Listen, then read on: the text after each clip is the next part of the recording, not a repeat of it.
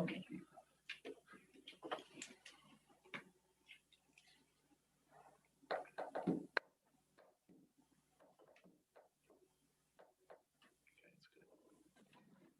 My fan's being temperamental today. Okay, we are with, whenever you're ready, Gordy. All right. Now that we got our technical issues settled. We just have one item on your consent agenda. Every year we have to, for WashDOT and the federal government to keep our Title VI requirement, meet that. We submit an updated report to tell how we've reached out or met the requirements every year. And so that's on your agenda for signature. Moving along to the construction program, our stripers are done now till we get all done chip sealing and they come back in the fall or end of summer.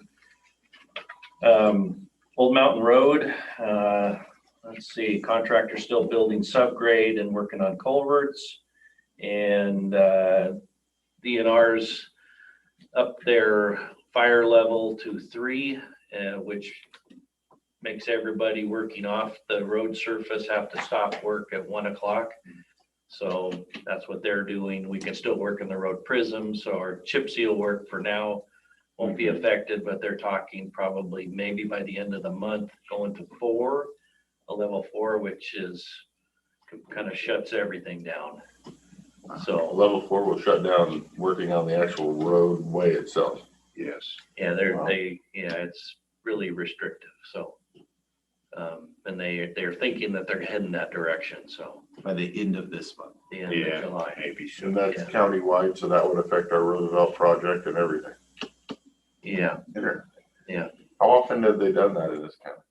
Usually we get waivers. Yeah, but they're not They're giving. not given waivers. We ask every year, and this So year we they do it said 4 no, every year, and they usually give you a waiver, and this year they're like, yeah, no. no waivers No waivers. for anybody. Is that a new development that's gonna happen This yearly, year. or just for this year? So far, just this year. It'd be hard to get any road work done at all if you can't do it in the summer. Yeah, Yeah, it would be. used to not be, road work used to be exempt. It was centered around logging and that kind of thing. It was Right. never involved road work for years. When I was in that business, we never, until just recently. Interesting. That's gonna be messy. Yeah, because I wonder if they can cite have there been incidents that, arose from road work that were not? Well, you're using the same equipment that you used to fight fire with. So you have a water truck, you have cats. Right. Yes, you're there. You're there. Take care of things. And it'd be one thing if you were clearing and grubbing, but you're working on dirt by this time in the Right. game plan. Right. So I don't know why, but it is. Weird. We didn't turn your camera on. We needed a DNA scan, so. Well, it looks like you threw it on the ground. No, we had some technical issues. We? Yeah. We? Yes. We're having All some right, audio we issues. had some audio issues. We collectively had some audio issues. I think that was actually Ibby. She broke the door and then broke the Yeah, computer. broke the computer, so. Walking straight through it. It was the wind that did it, yeah. Sorry, Okay. go ahead. That's all right. Roosevelt drainage repair is done, and we're rebidding the paving project, and there are some of the same players interested, so that's good. That's good. Nothing new on any of the other projects. The design, Ridley Courtney's we're waiting till the fall. Maintenance side, so far, we're still grading roads and we're repairing some of the base and portions of Cedar Valley Road. Grading and prepping on the west side for chip seals, which will start next week. So the goal is to get through all of that before things change with DNR at the end of the month, and that shouldn't be a problem. The county services building, the new things that are going on this week. Tomorrow we'll shut down Court Street and it'll be closed for about 3 weeks. while they rebuild and put new sidewalks and curb and gutter and the rest of the drainage work there. And we did successfully set the generators and the chiller last week, so that was nice to get that equipment in there. And we've gone around and talked to all the business owners on Main Street, except for the state and the tribe. Because we have to, everybody's trash cans have to move, and just kind of letting them know the alley's gonna be under construction here in a few weeks as well. Is that us ripping up the alley or is that the city ripping up the alley? That's us. We're repairing it so it actually drains away from our new Is the building. city replacing the water sewage line back there, or are they? They made some repairs, and they say that that's adequate. So, Okay. yeah, they were gonna replace the line, and then when they got bids that were high, they came back in and did some work and made a determination that that was enough. So, Interesting.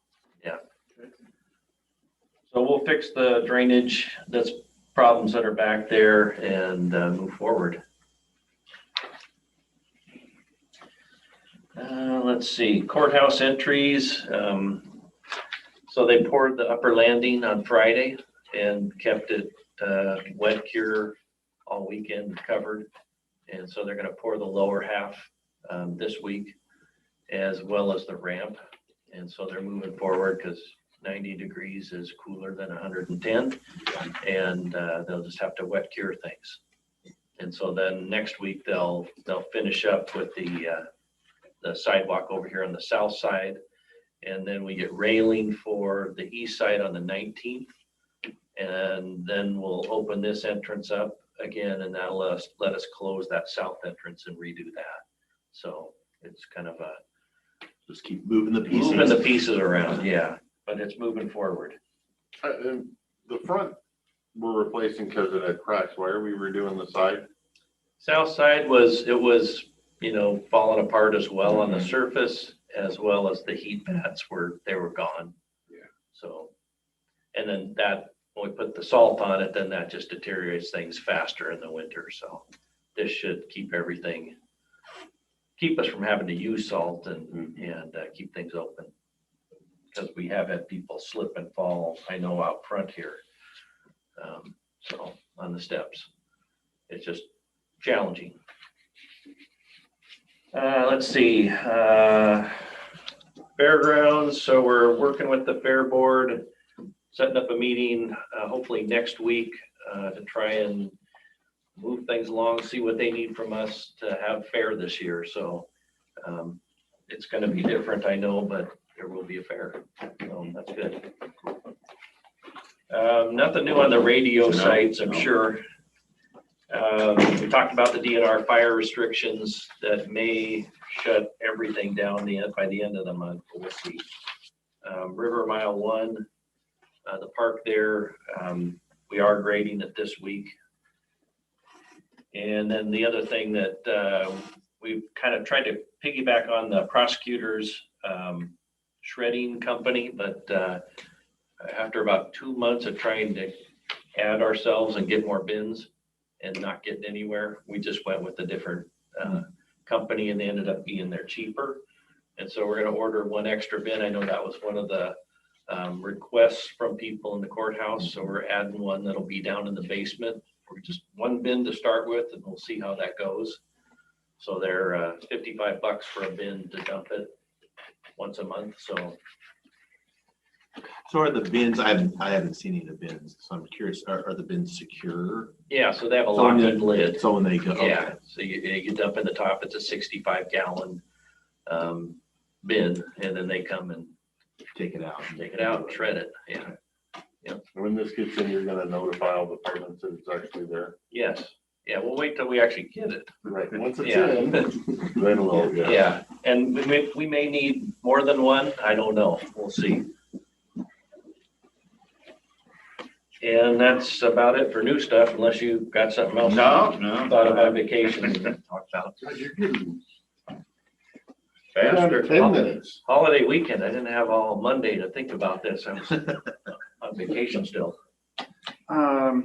The Houston Ranch or whatever it became, when you guys authorized that, did you require water for when they're building that road? I got a complaint of some dust. Some ranch. So that's What's out that? there at the old golf course, Your buddies Oh. up there. Guy Skills project. I've noticed they started construction on that road going in there, and one of the neighbors, at least one of the neighbors was complaining about the dust being pretty massive. Yeah, And so I didn't know if we put in that requirement that they have to have dust mitigation and water in it. I don't know. I don't know where the project's at or. It's been a Although while. isn't that a general? We usually make that check. that's a They have to general follow in all DNR. areas. They have to. Would you be willing to reach out to them? We can do See that. what their Yeah, plan is? Oh, yeah, we'll take care. If you need his number, I can give it to you. Yeah. Yep. Thank you.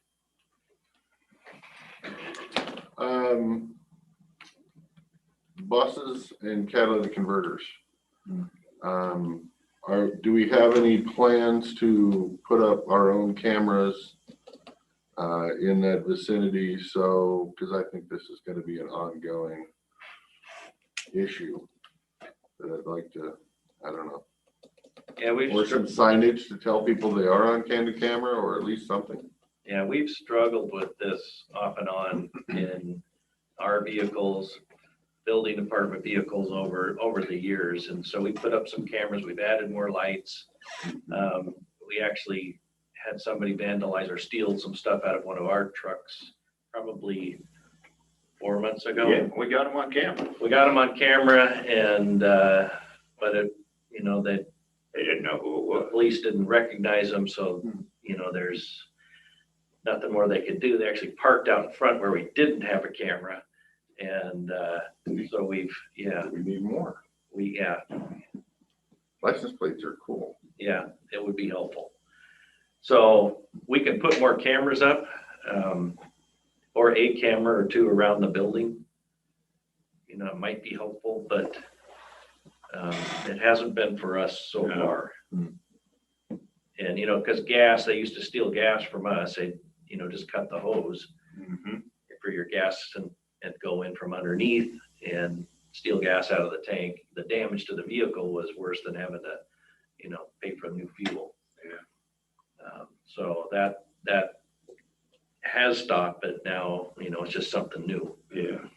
So So you're thinking even throwing up cameras wouldn't it necessarily doesn't seem help? to deter them, because we No. had cameras, the guy walked by our cameras. Yeah. You know, he had his hoodie on, and so you really couldn't see him. And our cameras are visible, they're not hidden. Do we have signage there? Because they're, I don't know that they're, you know, they're half tweaking, they ain't looking for cameras, but they might see a sign. Yeah, we can do that. Yeah. That's a cheap alternative to give a try. Yeah. We have quite I a would few be interested in cameras. doing that route first. Yeah, Yeah, because I would agree. I think this is gonna continue. I mean, it's happening everywhere. Those The, bus cat converters are so big. yeah, they had, McKed had their, so the ones in the Dalles, they got those did too. all, They're going the after the whole bus. fleet. Yeah. They just crawled underneath and sawzalled them off and. If the buses are a big deal, you know, they can park the buses up at the shop. Yeah. And then they're They're under lock secure there. We haven't had any issues up there. there. Well, The I sheriff's think- impound yard has. I think as we go along, it might be a good idea to have them, when they go in for an oil change, have a plate welded on. It's actually a deterrent. But for now, yeah. Yeah, short term, it's safe up there. People can just drive their personal vehicle up there, swap. That's what we do. We move a Yeah. lot of our rigs up there because of the vandalism and theft that we were having. So, Not a bad idea. I was gonna say, that might be something we have to make a decision on there, but I think that Yeah. might be the answer. Because otherwise the buses ain't gonna run, because they can't even get cat converters right now, they're just backordered on those things. We'll find the guy and offer to buy him back. Yeah, and so there's a lot on the aftermarket. I'm sure there is, yeah. Well, in most states past the law, you can't recycle a cat converter unless you have whatever the title. But they're obviously still finding a way, throw them in shipping containers, haul them out. Anyway, that was one issue. Second issue, bottled water refill stations that we talked about or heard about in the meeting up at the fairgrounds. Have we made any movement or thoughts of making movement on installing a bottled water refill station here in the courthouse? I'm kind of asking you guys if you want to give him direction for that or not. Well, we haven't made any. I mean, I finally started using the bottled water station in the HR department. I'm pretty sure the whole courthouse starts going in there. We might have some problems. Technically, it's a good thing because then you're seeing HR, you're more apt to have a conversation with your HR department. There's nothing wrong.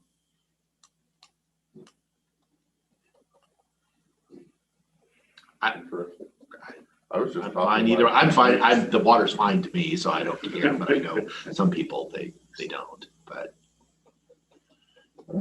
One thing though, I believe HR, It's their, employees are bill paying it. for that, right? Yeah. So we don't. Yeah, they're footing the bill. That one, personally. that I'm one gonna have actually to give him isn't. some The more. rest of them are, but that one isn't. There's a cap in there.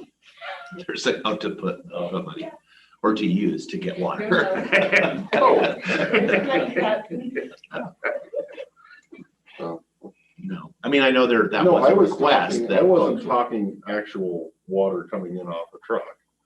I was talking a drinking fountain station like he's gonna have out here, that instead of just a drinking fountain. Oh, you can have a It's cup plugged into the filler. wall. Yeah.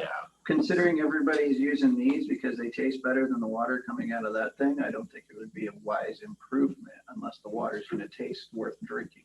That's why they have all these bottled waters. Right. Well, and that was the other issue, is whether we could put filters on it or something to get rid of that taste.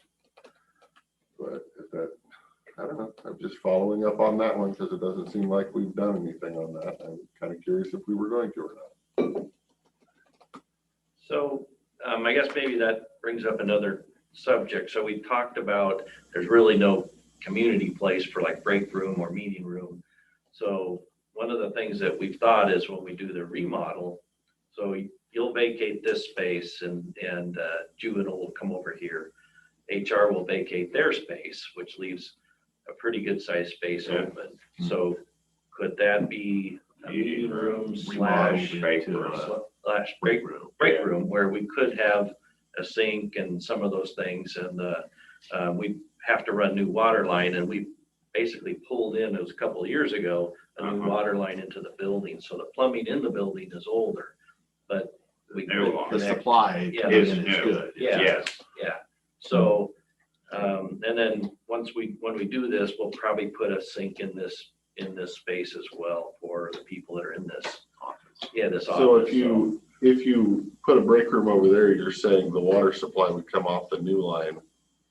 and It would not have to be, off of- yeah, it'd have to all be new plumbing because we don't have plumbing there, so. Right. And the water line comes in right almost below there. So you wouldn't be getting the taste of the old pipes right there. Right. Yeah, exactly. Yeah, it'd all be new. Well, So- when it occurs, you could put your little bar water filling like you have over Yeah. here in. Yeah. Perfect. Yeah. Does that work for you? Totally works for me. Okay. Anything else? No. I don't know if, although I find it hard to believe that you wouldn't have had any contact with Mr. Haney on Courtney Road. So I had an extensive conversation with him yesterday and the day before and the day before. About he is, and I know initially, because the PUD, and he has been working with the PUD about running new power line up in our road project.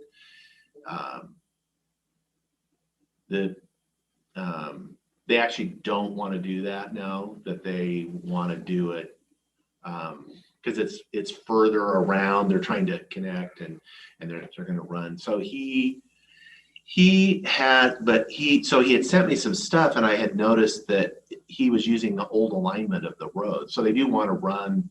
They want to run north across along the property line of his stuff, and then reconnect with the new road. But the alignment he was using is the existing alignment.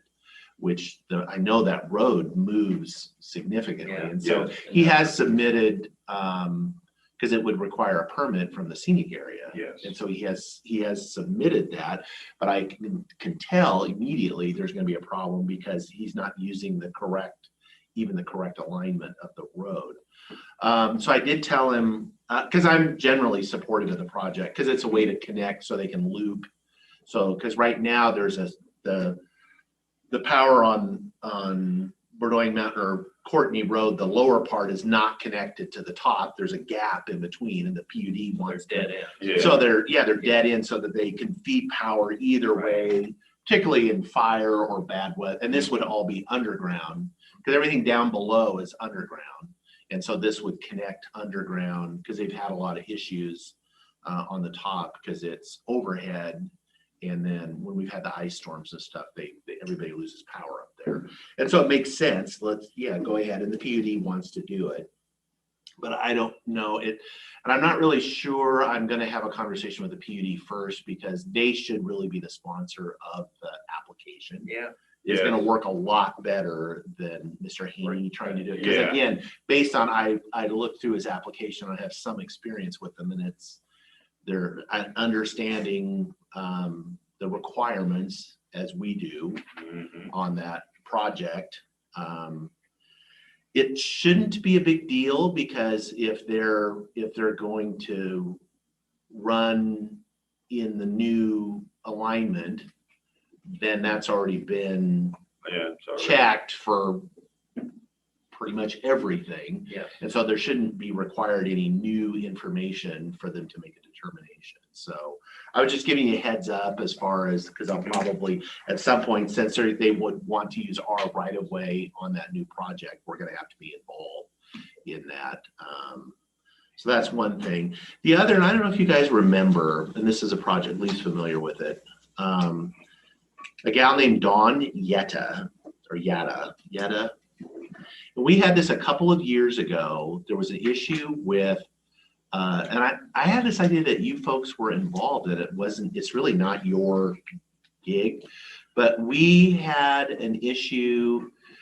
She owns a lot out off the Glenwood Highway, that there was an issue with, she had bought it and there was supposed to be a septic system on it, according to the county records. Because when it was permitted, they had 2 lots and they put it was in our system wrong. And so when they did their due diligence to buy the lot, the county records said, oh yeah, there's an on-site septic system that was permitted, and there was she bought it. Of course, there's no septic system there. And we had agreed a couple of years ago to at least, and so she was supposed to come back with some estimates to have it put in so she could file a claim. We never said but you can file a claim because in some respects it was our mistake, because the health department, the inspector, the one doing it, they should have known they weren't on the right lot, and yet they still, it was put into the system on the wrong one. So she was supposed to come back, but I think we agreed a couple of years ago that we would do the site evaluation and the stuff for free, and at least get them that information. Well, it needs a PD system on this lot. So she can't get an estimate, and I'm not asking us to do anything, but I don't know if we have, because the system has to be engineered, but you can't get an engineer to engineer it for free to get an estimate of what it's gonna, so it's a chicken and egg thing. Right. And I don't know if you have any ideas about, because we require her to come up with two different estimates to submit with her claim, Right. which I've been very clear about. You can file a claim. That does not mean we're gonna admit any kind of culpability and that we're gonna pay for anything. But you have the legal right to file a claim that you've been harmed Right. because of our mistake.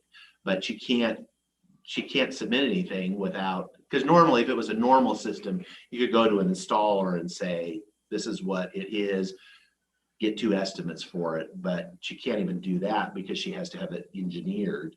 Because the installers are like, I can't give you an estimate on something I don't know what I have to build. Yeah. And the engineers are like, well, yeah, we can design you a system, but you have to pay for it. Is she living on the property? No, she's not.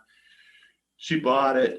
She would like to. Apparently she has some cabin or something she built on. That's when she discovered she didn't have a septic system. Because she went in to get her permit and they said, yeah, you're good. And then, well, we're going to connect to the system. Where is it? And when they pulled the as-built, it was on a different lot. Yeah. So, so it's a mistake. So I don't know. County that sold this piece of land? No, we didn't have any, but it was in, right, and that's gonna be a question for whether we have any liability or not, because, but it was in our system wrong, and so when when it was sold, they kept this is what they pulled off, and the responses they got from the health, oh yeah, there's a septic system on it, it was approved for this, here's the as-built, and it was not on the right lot. Right. And so a person would reasonably. Was the lot created after the septic system? No, it was an old subdivision. It's out, I wasn't really familiar with it, but it's out past, I don't know if you were Ireland's. So it's after the Glenwood where it goes off, it's a couple more miles up there. And then it's like an old subdivision, probably like in the 1970s. So there's like a bunch of, there's like 50 lots out there and a bunch of them are undeveloped. And apparently the former owner who died, to make it really helpful, owned 2 lots. And so he had permitted one on one and not the other one. And So she doesn't have the money to pay for the engineer. right. To get the number or to get the design to submit to people to get an estimate to file a claim that she doesn't know that we would pay anyway. Yeah, the septic's probably gonna cost more than the lot's worth. But It could. So, Yeah, without a design, it's gonna be a range. You can get a range from an installer. Yeah. well, that might be something we could talk, because the claim actually gets filed with the prosecutor's office. And so maybe there's some discretion there of, because typically you need at least 2 estimates so that we know what's the number, but maybe in this case, it would be acceptable to get a That's the best you range. can do. Yeah, you can get a range depending on what type of system it A is. system it is. Well, and you need the range for the engineering. For the engineering too, Yeah. because it's, so I've been trying, because initially I was like, it's like, let me talk to, I know of some installers, maybe I can get you, I can hook you up with some but they all were like, well, yeah, we'd be happy to once we knew what we were. We had to build. Yeah. So it would be like, I wouldn't give you an estimate for a house it's like, well, it's, From it here could to be here. this, Could be one, could be this, Could be 3. it could be 3, I don't really know. So it's like, yeah, I'm gonna give you a range, all right. So I don't know, if you had any thoughts on what maybe a range would be. That's about all I can think of. Yeah. Okay. You might go from there and the prosecutor, when we Right. evaluate it, that's, Because it could be a non-issue if we determine that we don't feel like we have any liability. Yeah. then- We talked to the prosecutor about it before. Yes, because originally 2 years ago, because I had the discussion started about 2 months ago, and I was talking with him, and he said, "Wow, we have another one of those," and it was like, "Oh yeah, I remember thinking." And so, but it wasn't. It was the same one, and so his memory's better than mine apparently for liability stuff, and. Yeah, so that's probably where I should start to see what he would require as far as for filing the claim. But I think I don't know how much discretion we have, because we do have a kind of a written policy as far as if you're going to file a claim, this is the criteria as far as you submit 2 estimates, at least 2 estimates. And so, okay, that's. do all of those get, I guess I would say, ruled on by the prosecutor? No, it'll be us. All the tort stuff comes up here? We'll have to decide. I mean, I'm assuming he would Well, I guess I don't know, actually. I know this I'm- specific I one mean, came to us before. If somebody, jacks their car in a pothole, and files a claim against the county, where would that be? I think that, Did you- Yeah, we evaluate them. Yeah. They submit them to David. They ask us, take a look at this, and we make a determination. Yeah. That wouldn't necessarily come here. Some would No. come here. that- I think this would be, because it would be so discretionary, they would need some, because it's not clear cut as far as any liability, some liability, what's reasonable. Because I think Insurance company would probably be involved. involved, because it's probably gonna be more than, I forward it to the insurance company. yeah, to see. So I know this, and then, Insurance going up another % next yeah, year. yay, yeah. I mean, You we get heard some of that, it right? back. We're going up like Yeah, 17, yeah. I thought it was 20, Well, then I can 21, throw but that was the this year note. before. 17, that's almost insurance flat. They used to, when it was 10% or under, they're like, oh no, rates are flat. 10% is flat. They're going down. Yeah. Yeah, no, flat is zero. Yeah, Is what I think exactly. of as flat. So, okay, well, I will follow up with the prosecutor and maybe our risk manager, and we can see. I would like to get, that's what I told her. I will try to get her some answer, because this has been dragging on for a couple of years. So if it's no, maybe.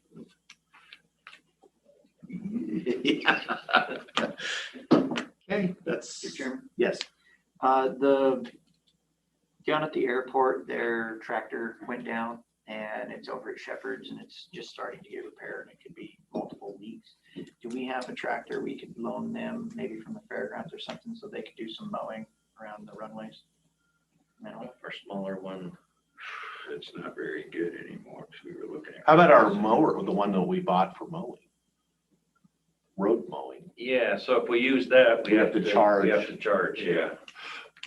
So there's a rate, so we can give you the equipment rate for that, for mowing. Okay. But it's not a brush hog drag behind, we have a side mower. Yeah. Well, couldn't we hook their mower up to it? I mean, they just need, The tractor. they just Yeah. need the tractor. Maybe, depends on how, I don't know how it's configured, I don't either. whether it has that kind of a hitch or not, I don't know. So, Yeah, We can and that look. could be Yeah, a we can problem look. down there if this stuff grows along the airport. Yep. we'll see what we got and we'll Okay. get back with you. Thank Yeah. you. There's already a fire there over the weekend. That took care of So the- there's no grass left? Is that what you're saying? No, it was small. I was gonna say it was a real small, one, but I didn't see it about 20 minutes ago. You can do a controlled burn of the grass. No. There are no such thing as controlled burns this time of year. No. They're either uncontrolled or really uncontrolled. Okay. That's it. All right, thank you.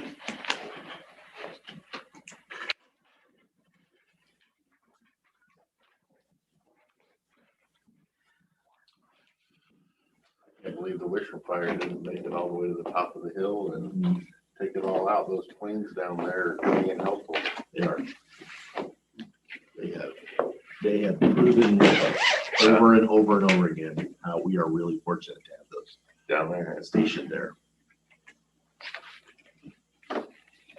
And the helicopter. And the helicopter. And the sky crane. Well, that was the weird thing. The helicopter was on sitting there a while. I saw a video of it early, but I mean, I sat there probably 45 minutes. I mean, I could have detoured around, but I was kind of watching what was never saw a plane, never saw a helicopter in the 45 minutes I was there. And I'm like, huh, interesting. They wonder if they stopped flying because they saw a drone or. No, I think they dumped it and they didn't use it anymore. Yeah, it felt like that. Because I had heard they were super, yeah, I mean, that was what saved the, like, the trailer houses. The house at Lyle was the helicopter is what I heard. I Couple firefighters. spoke with the fire chief this morning. I've got quotes. Yes. Good morning. Good morning. We're looking at the Lyle fire. Oh, yeah. Okay, Yeah, you can see where it's spotted Yeah, quite a ways away. quite a ways. everybody, you held their breath. And that went out over the radio.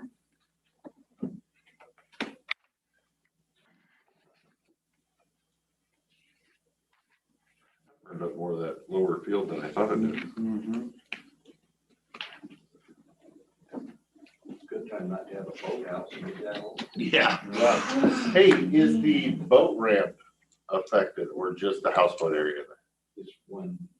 One section of houseboat, they don't have the boat ramp itself. The west dock. Yeah. What's what, Burn? And I might have to drive down there just to investigate that before next week. All right, whenever you're ready, Jeff. Okay. So first off on the consent agenda is the personnel authorization to advertise for a new emergency management program coordinator. Can talk about that now or get to the reason it's at the very end of my list here today, but if you have any questions, let me know. Moving on, the public safety radio system is functioning normally at this time. As always, have to qualify that. We have not had any significant issues since we last met in the performance and functionality.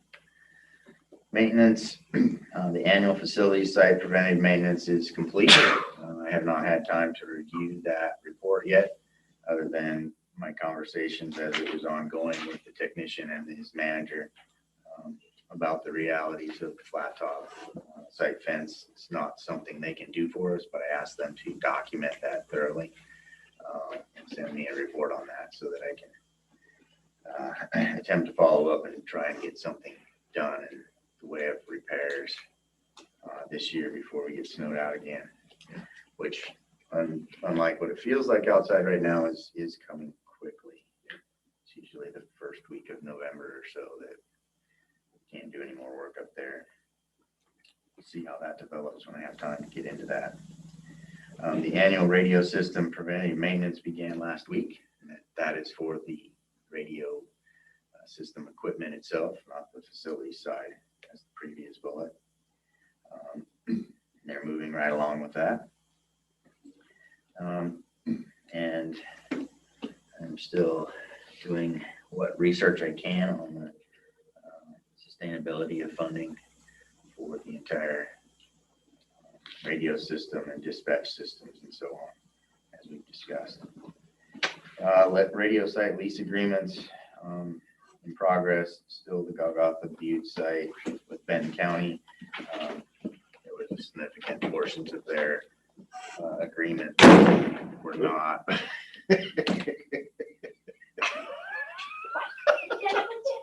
It's weird. They have sex. Amy broke the door earlier and then it was working fine. And then apparently it just went again. It did it again. Of course, it doesn't do that. I know, for the facility Right, folks. right. Yeah. Just gotta look at it. Yeah, I like think that. you heard it. Yeah, I think it might be the courthouse. he had heard it in jail. There'll be officers up soon. Yeah. To check on a bomb threat. Yeah. Where was I? Oh, yeah. We got the Butte site. Yeah, there were significant errors in their agreement they wanted us to sign, and so I kicked that back to them, and they said, well, we don't know what we don't know, so you got to fill in all those pieces. And I said, okay, well, I'll get back to you. I'm a little busy, but as I mentioned before, the one thing in there is that the landowner now is demanding a percentage of all the subleases that Benton County has at that site. So our sublease payments to Benton County will be going up. Same thing we're seeing with our sites, and ownership wanting a percentage of the subleases. So I'll work on that and get it to you for signatures as soon as I can. The Juniper Points land lease agreement is completed. I don't know if anybody had any further questions about that. But I was happy with the way that ended up, and we'll figure out how to deal with that in 2 years' time and what that property looks like. Indian Hill site sublease with Hood River County is ongoing.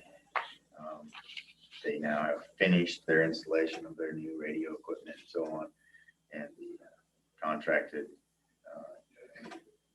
system engineer for us has received their data, so he's putting it into contract agreement agreement. Where is that one located over in Hood River?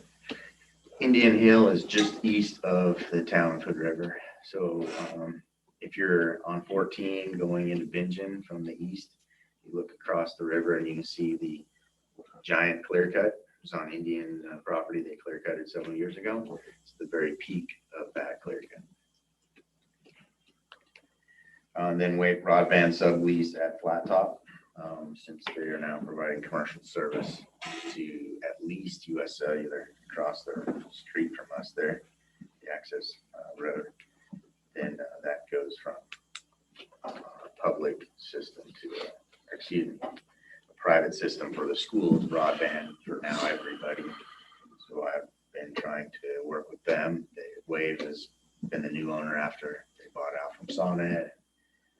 So that's all taken some time. Any questions about the radio system? Look like The radio site up at the top, Acetus Pass, Radio project. radio project. Got it, sorry. Right now, that's all in the hands of Public Works as it is still in negotiations for the purchase of that land. From Western Pacific, I believe it is. Maybe. Well, yeah, that's what I've been told is that they're actively trying to sell it now, so. But I think Jeff Hunter was able to secure that piece that we need and at least start the negotiations for the piece of land that we need for that site and the easement that we will need to get to that location. And if that's changed, I see some looks on your face. No. It's not been reported to me. The last I got a report. Do you know who's interested in the rest of that up there? The conservation district was supposed to be buying all of that. And then I was in a meeting with Hunter and the conservation district chairs. And if they pull that piece out of the purchase, then they have to go in and do an entire new reappraisal on the property. And they had a certain closing date. Oh, And so the idea is if we have to, the conservation district will purchase the whole thing and then they'll sell us the portion that we want, not the 20 acres, but just what we want. that would be a big benefit. Even Because better. we don't. And the conservation district, all of that is in just the piece on the east side or the whole? I can't remember how many thousand acres they're buying, but quite a bit up there. No, I did But not. I haven't heard an update since our meeting. That would be wonderful. That's why I said we can wait a little while and not buy it from those guys if they're gonna lose 2,000 acres or whatever if we move forward with our purchase. Good to know. Just remember you're gonna sell some property. Yeah. Yeah. Because we will remember. Well, let me know if those I'll conversations. loop you in and Yeah, because on any update. yes, we are friends with the conservation district. Worked together in the past. Yep. Yeah, hazard mitigation plan. Also on the radio project, did upgrade the Klickitat site and moved all that equipment into a new appropriate radio equipment room on June 9th. That cutover took place, went well. There was only a couple minor glitches, which we very quickly adapted and improvised to. So there was no missed 911 call, dispatches of any kind to that service area. There are a couple of punch list items still being worked on, remote starts, systems for generators and things of that nature that didn't get completed originally, but I'm glad to have that mostly done and completed. Under 911, call taking and public safety radio dispatching. Apologize. No call volume report again. This update. The staffing, we have one casual communications officer in training that agreed to move into the full-time position that we had open. We had that position open for 6 weeks and got 4 applications, only 2 of which were viable applicants. That's disconcerting, to say the least. in training until August, is that a on-site training? That's Or are correct. they running off to some school? No, she's in the final stages of her training. But all that training is here. It's not, they don't have to go somewhere for that. That's correct. Yes, we do almost all of our training on site. And there's some that well, in COVID, they did it remotely, but there are some that is provided by other people, other agencies. And yes, she is in her last month and a half now. And so that's on the job. She's in there with a trainer watching over.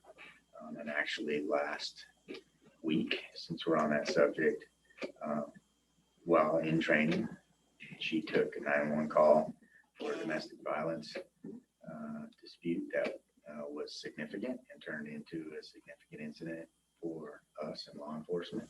We actually had a critical incident debriefing.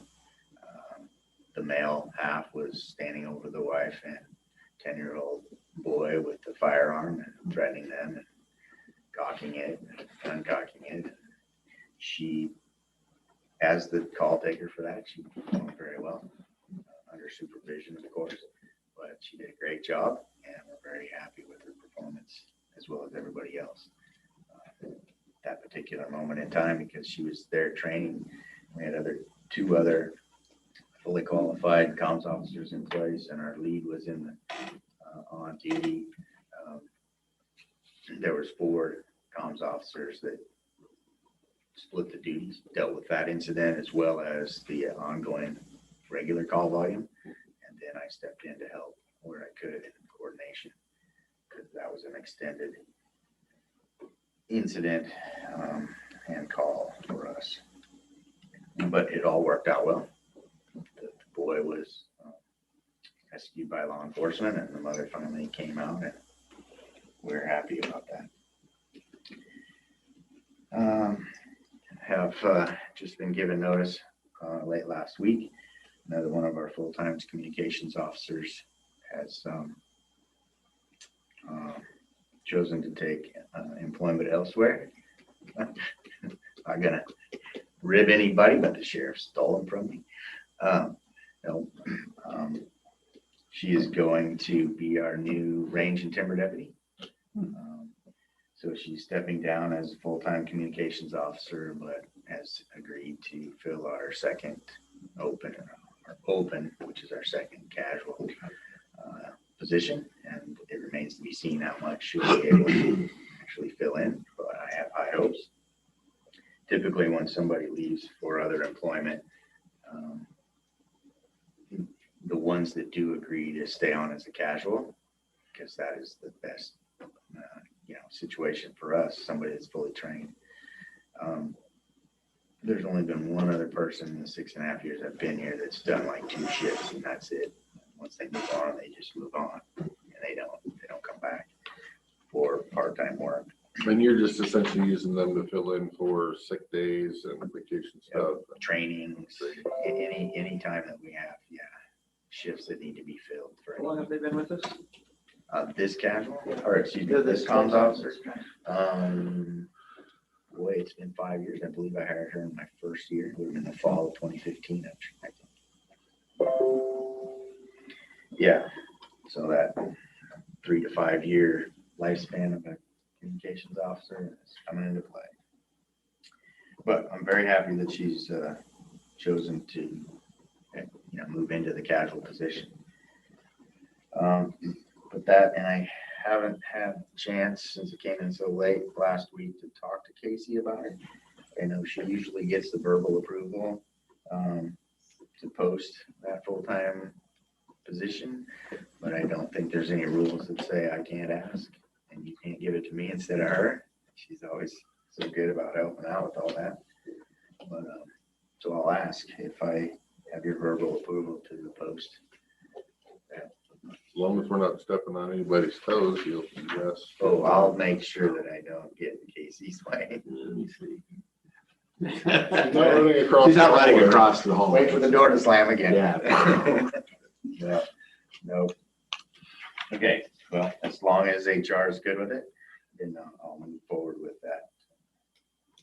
Because with our training lag, if we do get somebody without any experience or training, then it's a 5 to 6 month process.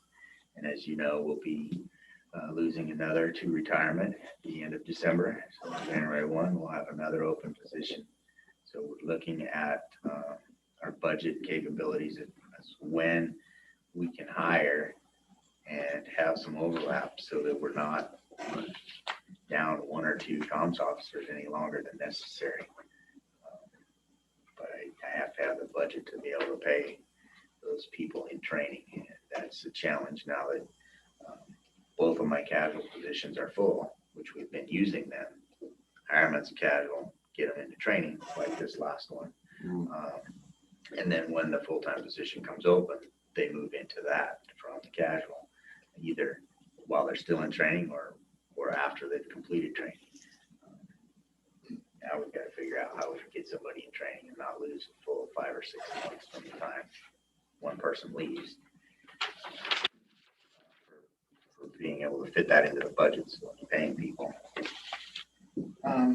We did have an intern start on July 1st, which is good. I think I was in here last week and it came up in casual conversation, but yes, we did decide to have an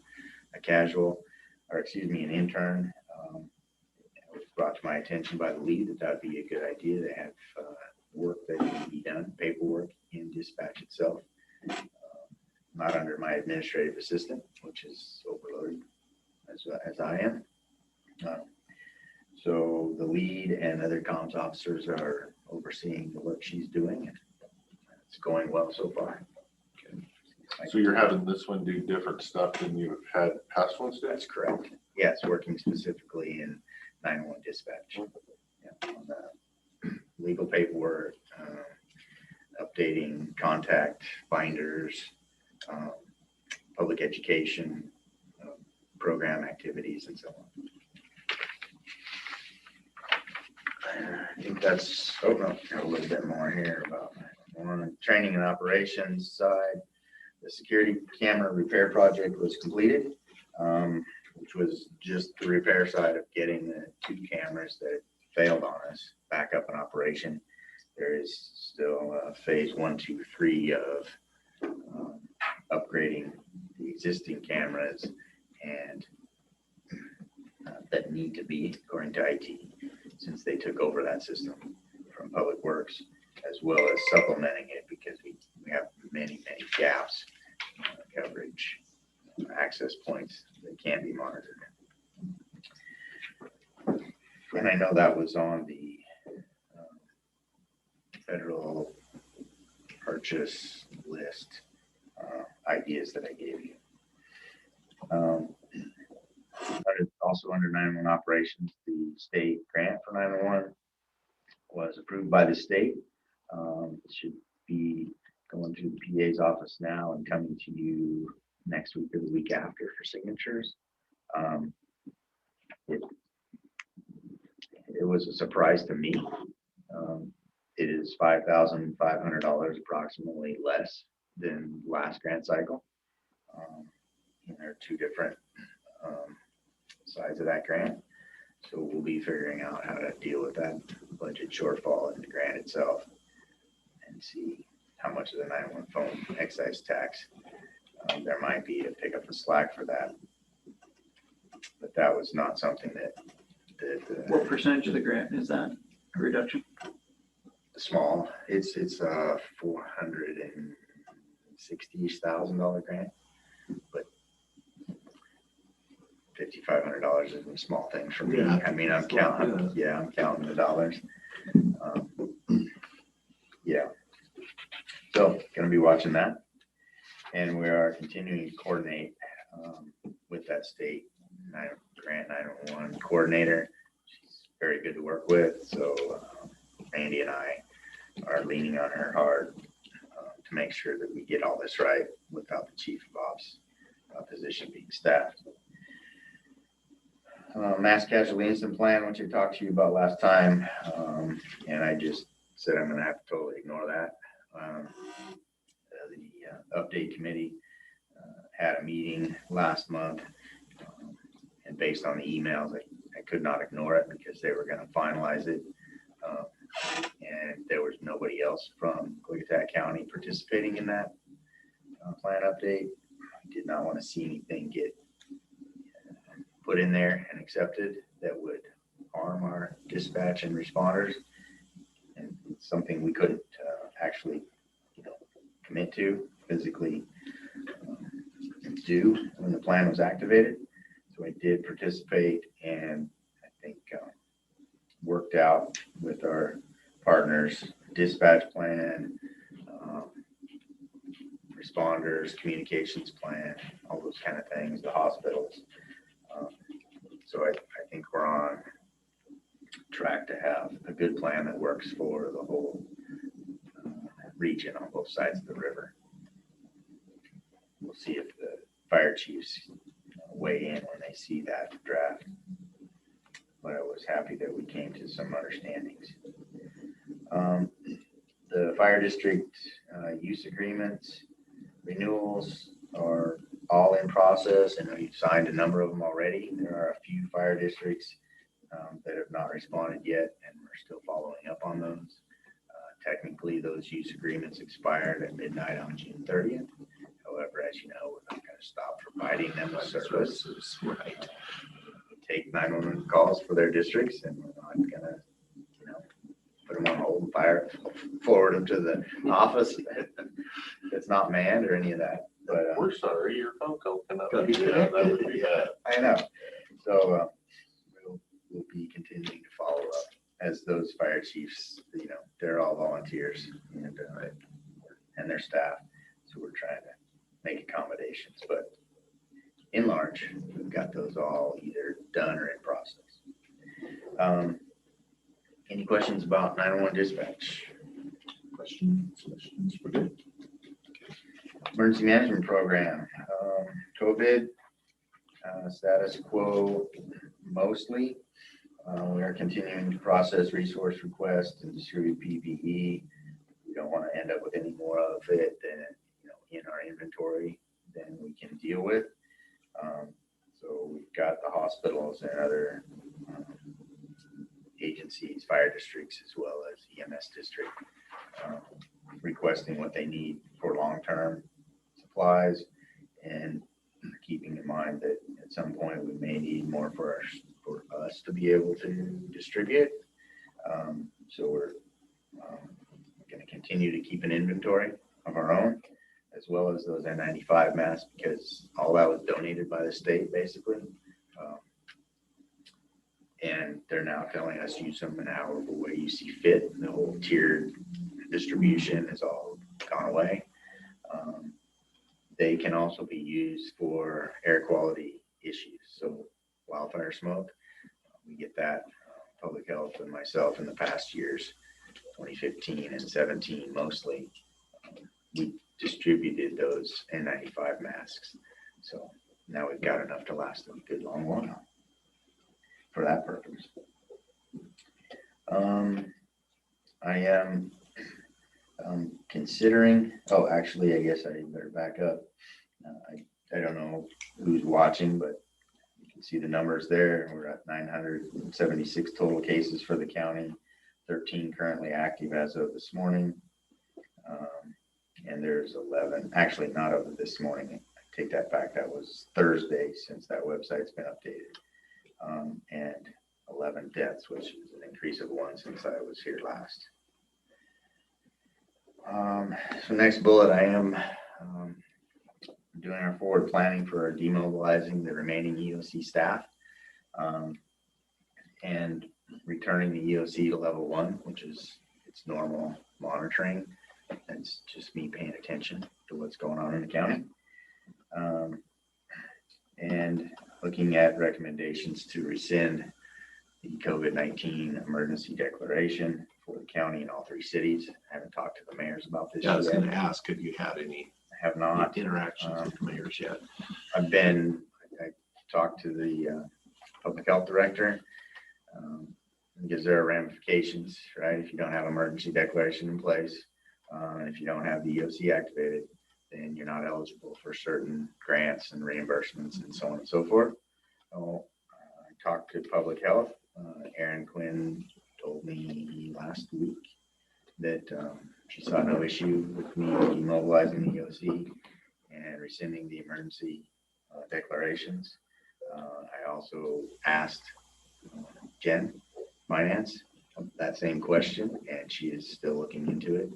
Like I said, I don't want any of my recommendations or your actions on my recommendations to come back and bite us, so that we would lose the ability to take advantage of any funding in the future. So how does that work if we've got a grant that we've used part of it, but not the rest of it? If we demobilize, this gets sent back? Or Well, yeah, it's a reimbursement situation, so we just don't get to claim we anything. wouldn't be able to Beyond get anything beyond that day? Yeah, once you deactivate or rescind your notice, then from Any that date expenditures on, you can- could back Yes.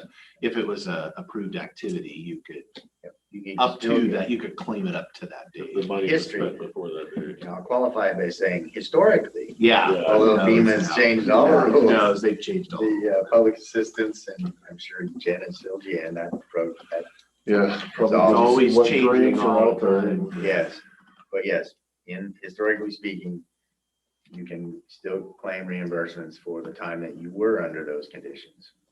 But once you either deactivate or rescind your notifications, then anything after that date, you're not eligible for reimbursement.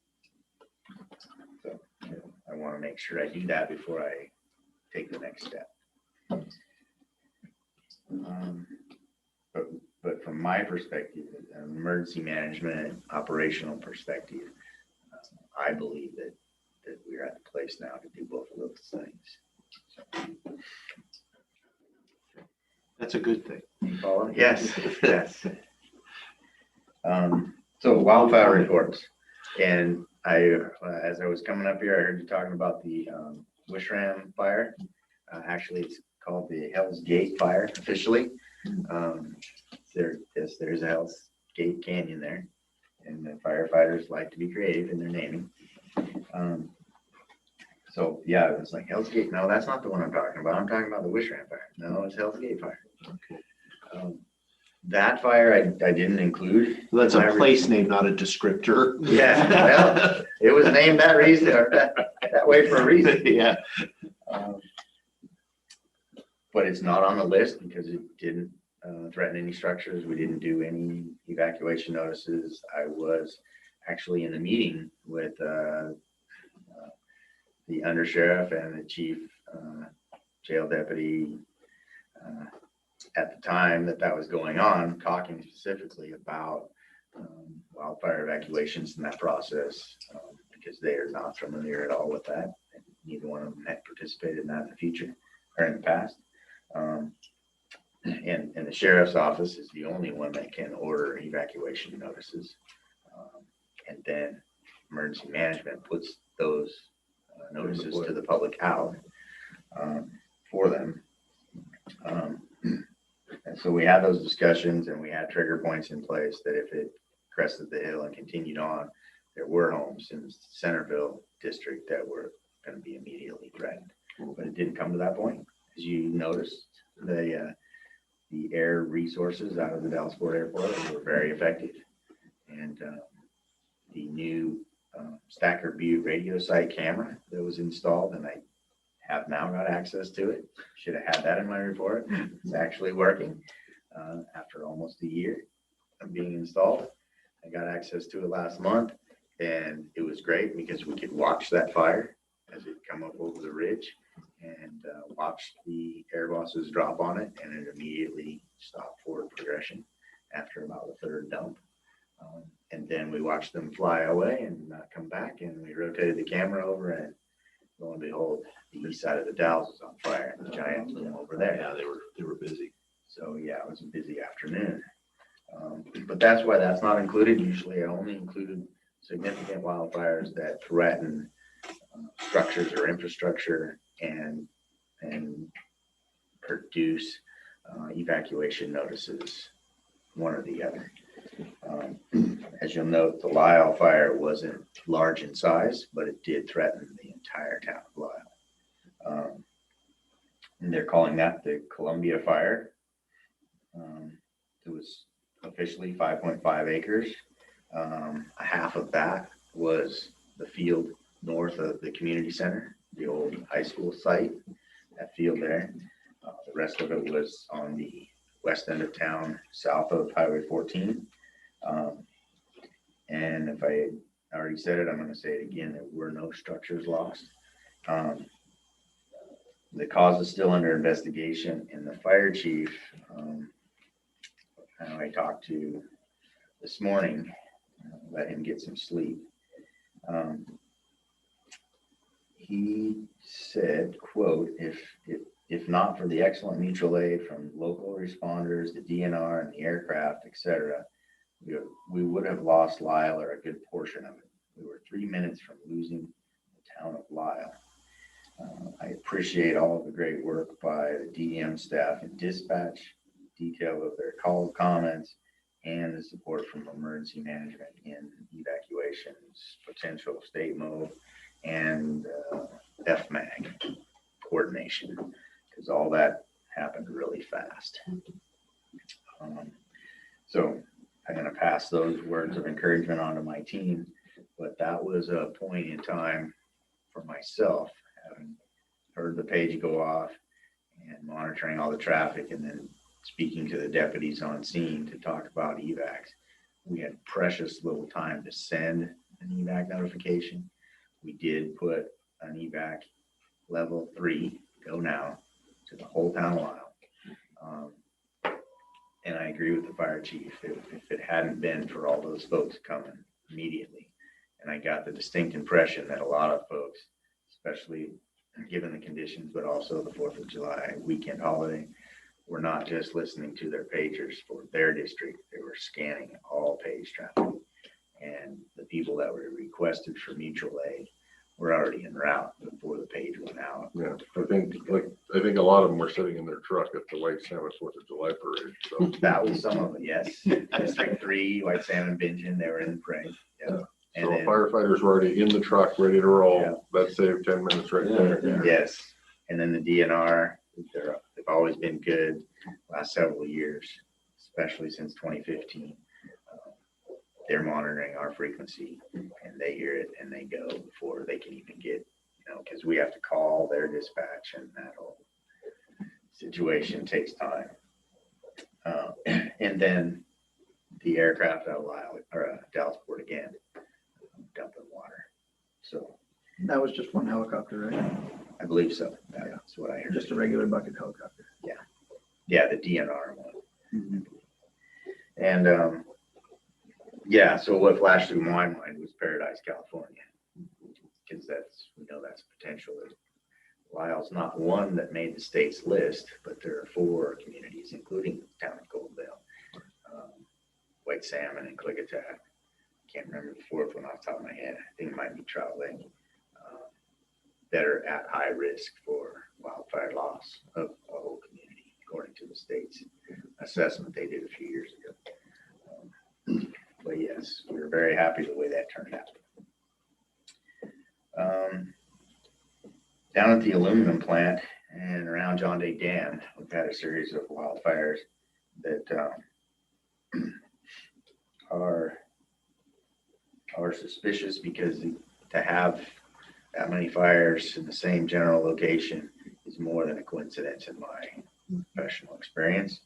And then there have been suspicious rekindles related shortly after firefighters left from mopping up the 3 fires that were officially new starts.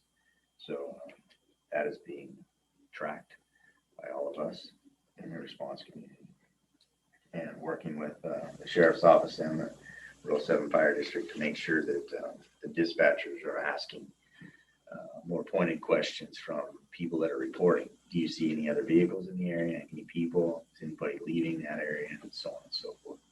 So if we do have an arsonist, that we can narrow that down, figure it out, and get it dealt with, as we have in the past. There was sometime in June, and I did not look up the exact date, but a wildfire west of Sundale, not far west. that burn about 40 acres that did threaten that whole community of Sundale as well. Wanted to make note of that. And many other wildfires starts that were addressed by firefighters, and our volunteers need all the credit. Yesterday in my neighborhood, we had one up off of Pipeline Road that started in a canyon in a heavily forested area.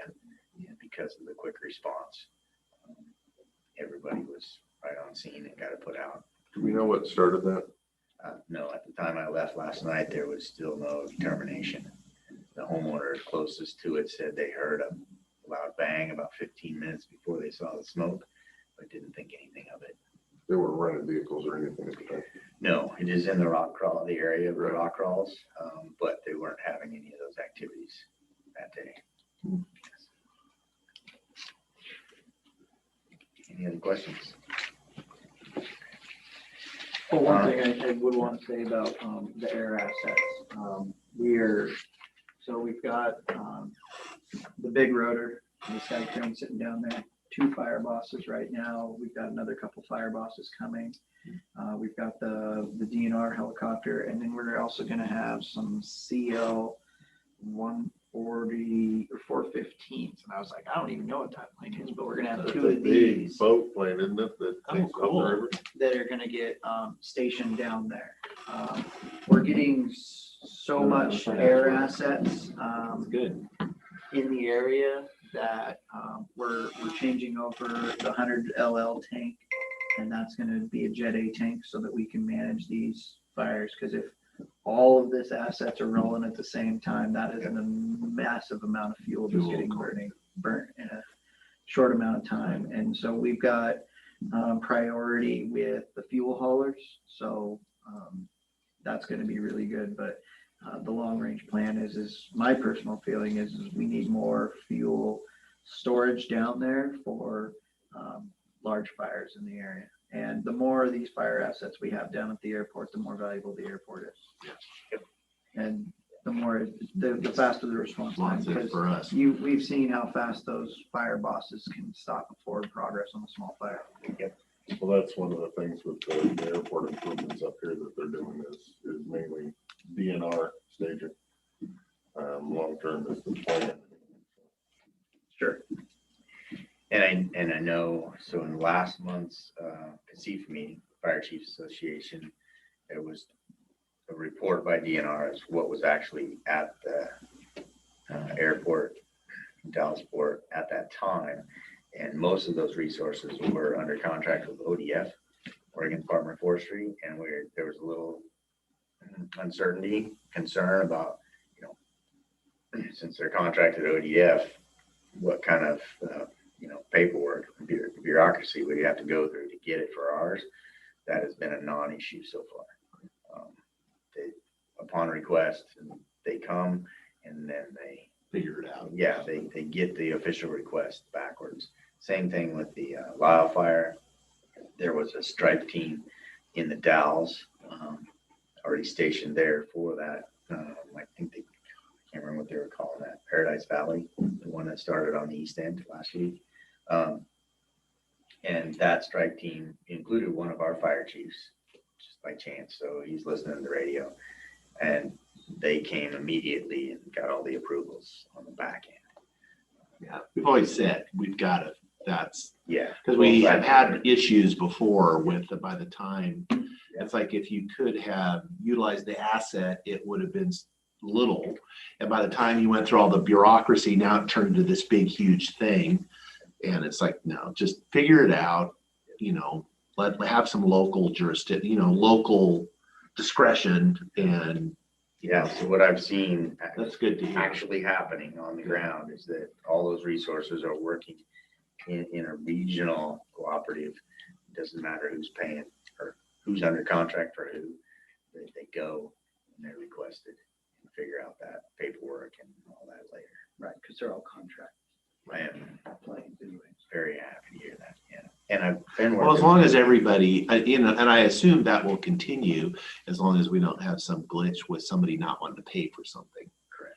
Where it's like, oh no, you were under contract with them, we're not paying for that. Yeah. And it's Yeah. like, you didn't get the official blessing before So, you launch, yeah. so we're not paying you. Yeah. I don't believe anybody in our region is playing those kind of politics. I don't see that. And when DNR has theirs there, then you've got ODFW and DNR, and hopefully they'll be able to mesh really well. Because at the time of our report from DNR last month, they weren't staging anything in our county. It was all gonna be coming out of Wenatchee. And so that's a change. I thought it was Yakima, and they just switched over, and now they're gonna Could have come been. down here. Yeah. And see, the issue is when you fly out of the Dalles, you don't have any other commercial traffic, and there's no tower, and there's nothing like that. And so all these fire assets are coming here because they can just launch and go. Visual flight rules, they don't have to get any approvals. Yep.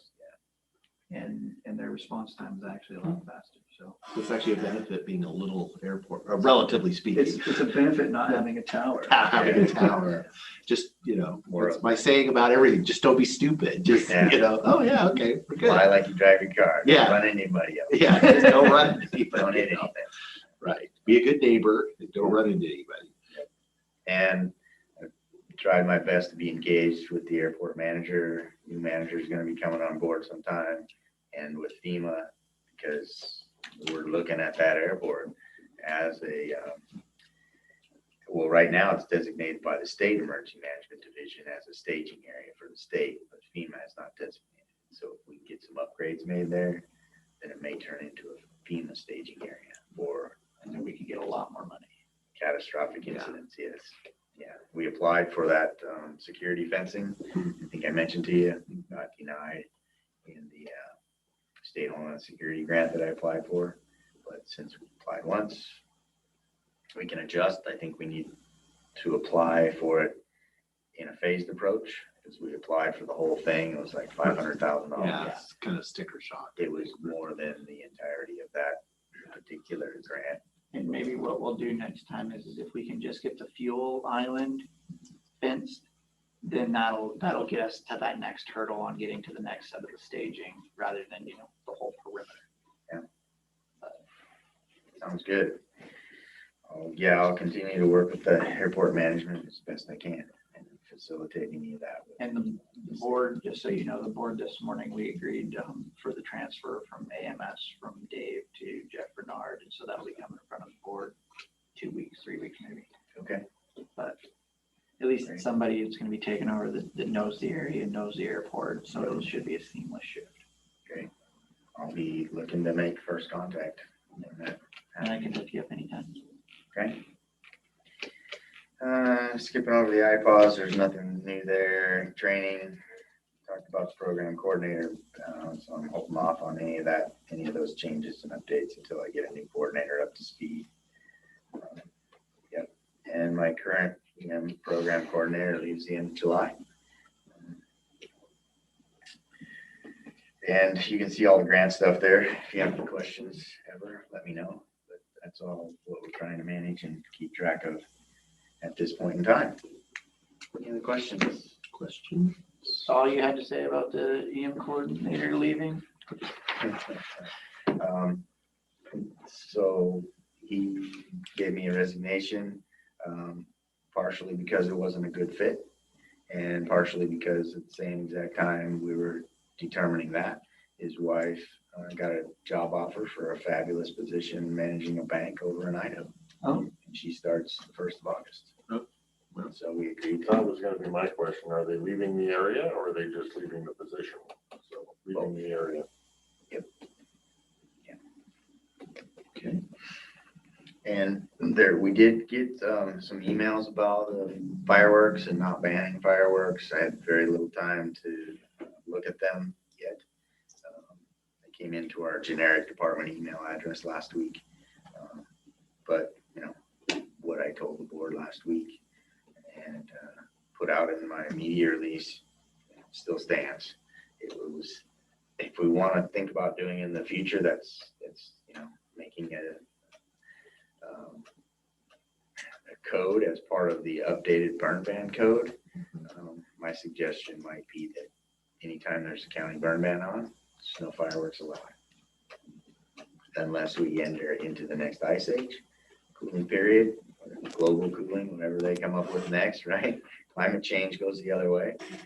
That would by default automatically exclude the 4th of July for setting off fireworks. So that's something we have to consider.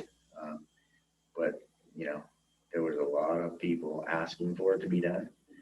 My assertion was and still is that just overloads the 911 system, and the deputies trying to respond to the whole county every time they're, you know, someone sees someone else light off a firework, they report that, and we can't handle that call volume. They're gonna do it. The Lyle fire, if it was somebody throwing fireworks off a bridge, us banning fireworks is not gonna change that one iota. Right, couldn't stop that. So, We need to Yeah, deal that's with never them. allowed. Yeah, we need They to have deal with forgotten. the individual offenders when they offend. I mean, look at Oregon, and they have, you know, their fireworks have to be this big or smaller, and it's all the Washington fireworks over there. Nobody's following that law, so why? But even then, even if we ban the sale, we don't have control over the travel sale of fireworks, correct? So all we would really be doing is banning the fire departments that sell it, and I think the, With groups, and and the Lions Club. Yeah, they would just go out of county and get them and light them anyway.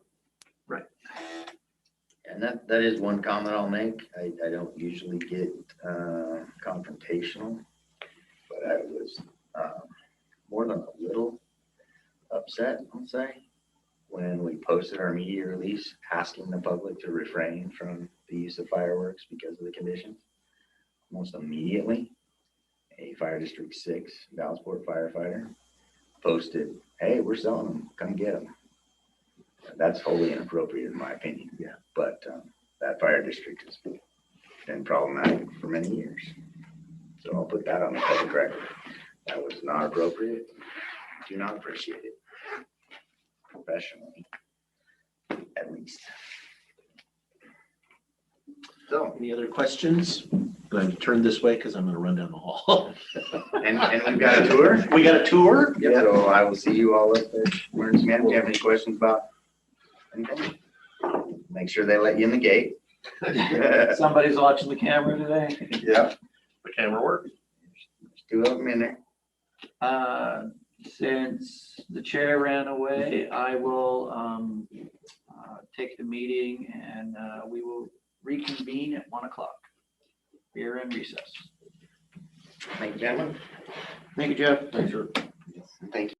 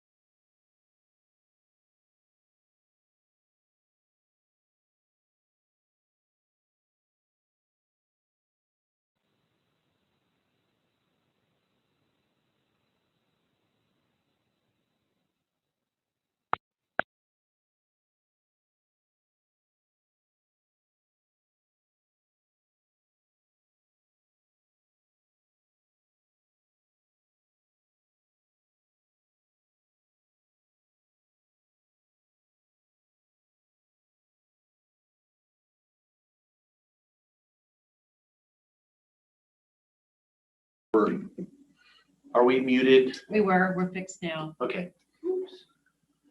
Okay, sorry for folks online. We are now unmuted, hopefully, and you can hear us.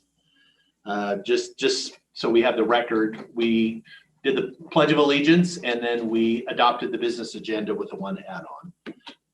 So that takes us to, I don't believe we have any minutes. Is that correct? Okay, that takes us to citizen comment. This is an opportunity for citizens to address the board. Please limit your comments to no more than 7 minutes. We have some folks in chambers. We'll also take folks online, but I am going to start there is some benefit to coming in person as well. It's nice to see that. If you're here for public comments, I'll look at the room first. No? Not at the moment. Okay. Okay, I will now open it up public comment. If there's anybody online or on Zoom or on the phone, unmute yourself, get our attention, and you'll be recognized. Either raise your hand, *6. Oh, I suppose that hasn't changed in the last couple of weeks.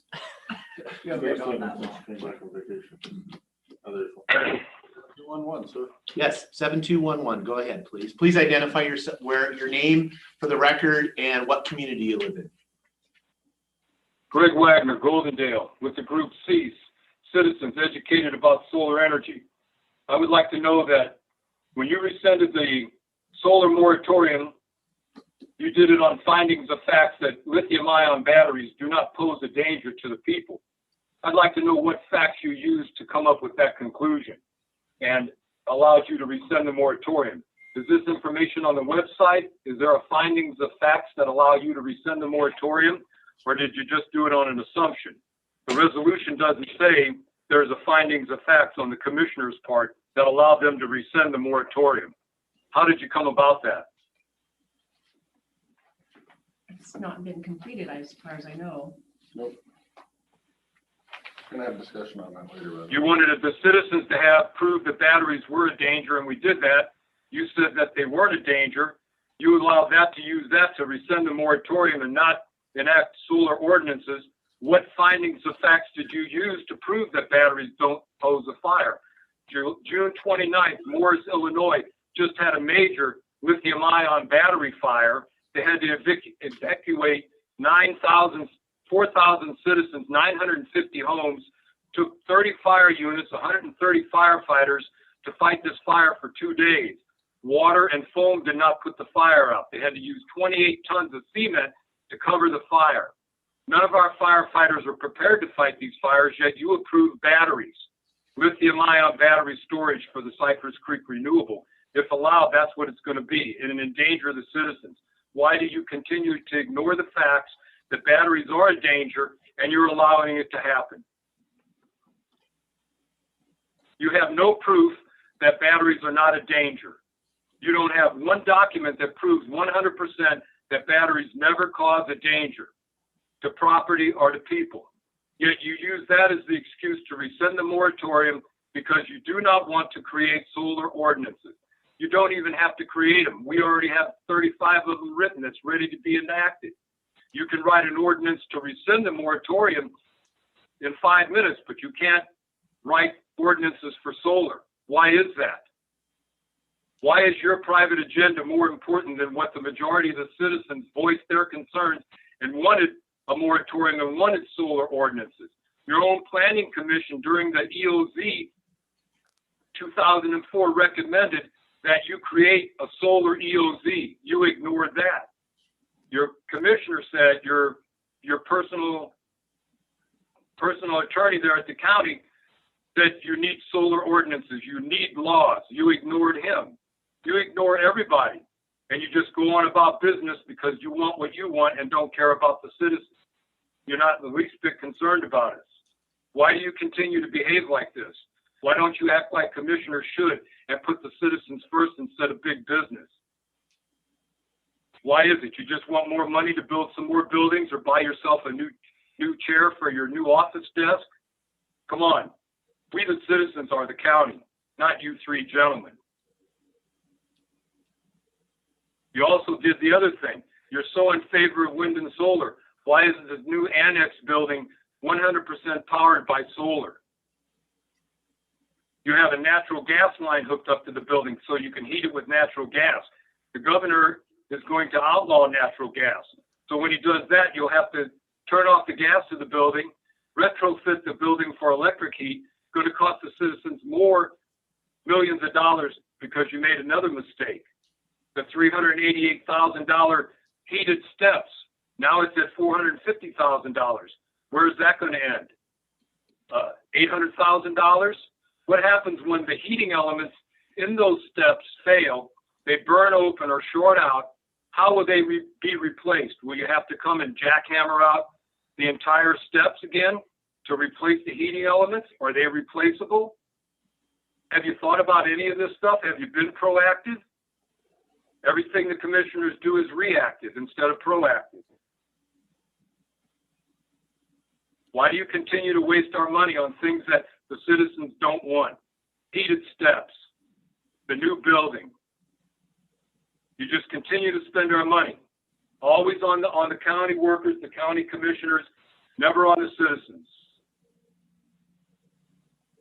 You never have a dialogue. You never have talked to the citizens once about solar. We get to make our little public comment now. Thank you, Mr. Wagner. You never have any discussion. But if I called in and wanted to talk to you about my barking dog, my neighbor's barking dog bothered me, you'll spend 5 minutes talking to that person. But important stuff like the solar, you fail to even talk to the citizens. You aren't doing your job. Thank you. Does that conclude your comments, Mr. Wagner? I'm gonna assume it does. Okay, we are still in citizen comment. If there is someone that wishes to address the board, this is your opportunity. You're not seeing any? Okay. I'll go back to in the room if there's anybody. I think the heated steps are very nice. Can you have your name for the Kathy record? Moco. Thank you. I think the heated steps are for the citizens that want to come to the courthouse when it's cold out and you go to that slip. And I would also say, how old is the courthouse? It was built in 1940, I believe. So the steps lasted for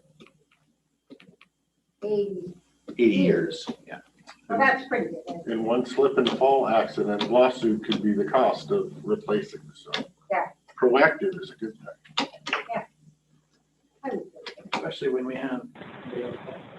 Yeah, and half of it's paid for by state grant. 4901 is unmuted. 4901, did you wish to make a comment? Yes, good afternoon, gentlemen. This is Sherry from Houston. And I wanted to this week, surprise, not talk about the undercanvas first and foremost, or the conditional use permit. I would like to talk about the letter from the sheriff and the letter of the county commissioner's response to the Klickitat County Sheriff Saunders. And I like to take in both sides of every situation to be informed. And so I've read both letters, and I'm wondering, first off, I want to say I'm a bit concerned that this situation, I've heard some citizens really, talking about it and being upset about it. And my concern, first and foremost, is division upon the Klickitat County citizens. And I feel that that's the last thing we need as a county as we are recovering from the pandemic and we're trying to come together to get past this.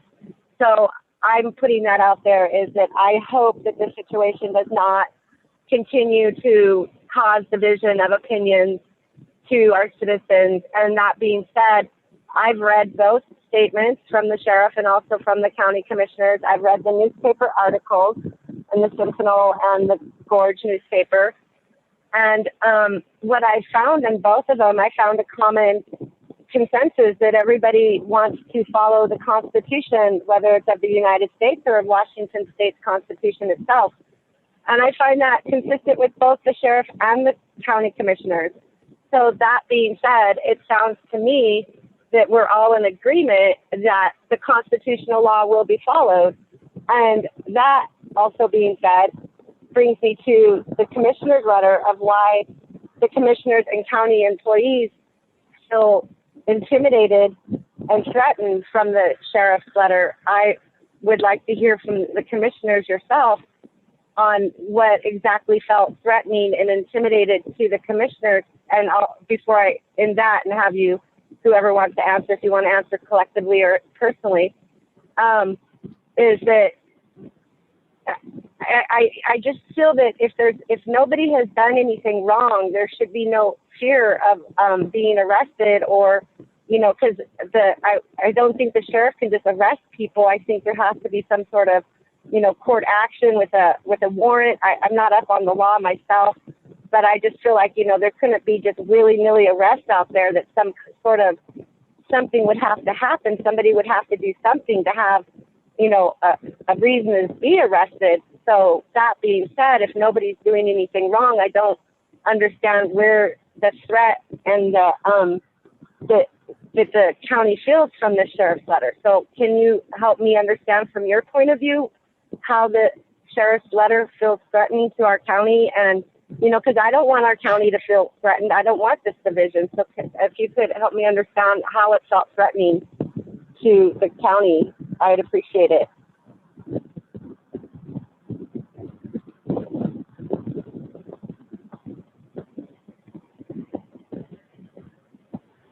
Okay, does that conclude your comments, Ms. Bosque? Well, I was hoping to have better clarity of, you know, because like I said, I read this in the newspaper. It's front page story in our local government. And again, I'd hate to see the citizens or the county employees be at odds with each other when we're all agreeing that we want to follow constitutional law and we all should be protected. So that being said, I read the letter that the commissioners wrote to the sheriff that said that you feel threatened from his statement. And I'd like to, if you guys would, you know, answer me what feels threatening from the sheriff's statement that he wrote June 16th. Ms. Bosque, this is Commissioner Anderson. I would advise that in order to get the longest and clearest answer to that question that you're asking, you can go on the county website and review our meeting from 2 weeks ago on Tuesday. It is the first thing on the video, and there's 30 minutes worth of conversation about just the answer to that question. June 22nd. Okay, so, all right, so you're referring me on. Okay, I was hoping you could answer publicly, but We have, I and we spoke okay. about it for 30 minutes publicly. And so that's, I'm referring you Okay. to not a short answer, but to the full and complete answer. Okay, so as a citizen, I again like to point out that reading both letters or statements, I read in both that people want constitutional law being followed. And so to me, I hope that brings people together and supporting each other versus any sort of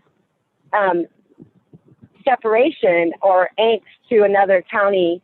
You know, I'd hate to see that happen in our county. And I feel like it's kind of going down that line that there's being a separation and a line drawn in the sand.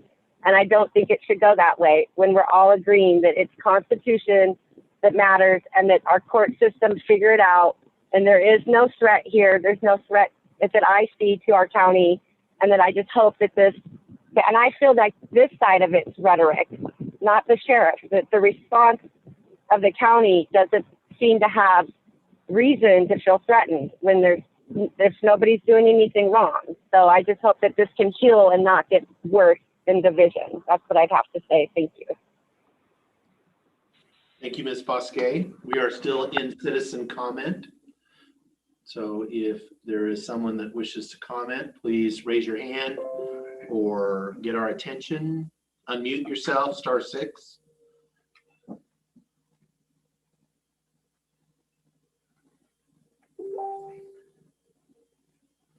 Lynn. On Zoom. Oh, Lynn on Zoom. That's later.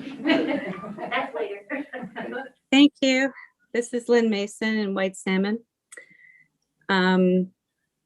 Yeah, I just wanted to respond to Sherry's comment. Maybe Sherry, you missed it if you read the actual proclamation from the sheriff, you'll see that he said that he would arrest our public officials for violating the Constitution according to his determination of the Constitution. And that's alarming. That's alarming to everyone in this county. I think people are reacting appropriately. And if any division is being created, it's coming from the sheriff's department. I mean, regular citizens, we're fearful if he's willing to threaten and arrest our public officials, our public elected officials, then how would he not just arrest us for minor minor things. It is a huge concern. I don't think it should be downplayed. I don't think we should sweep it under the rug. This is unacceptable. And it angers me. It worries me. Apparently it's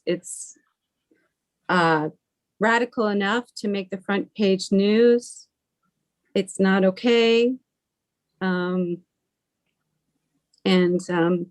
I will say this too, there's a lot of people that are scared to speak out. They fear speaking out against the sheriff in this county.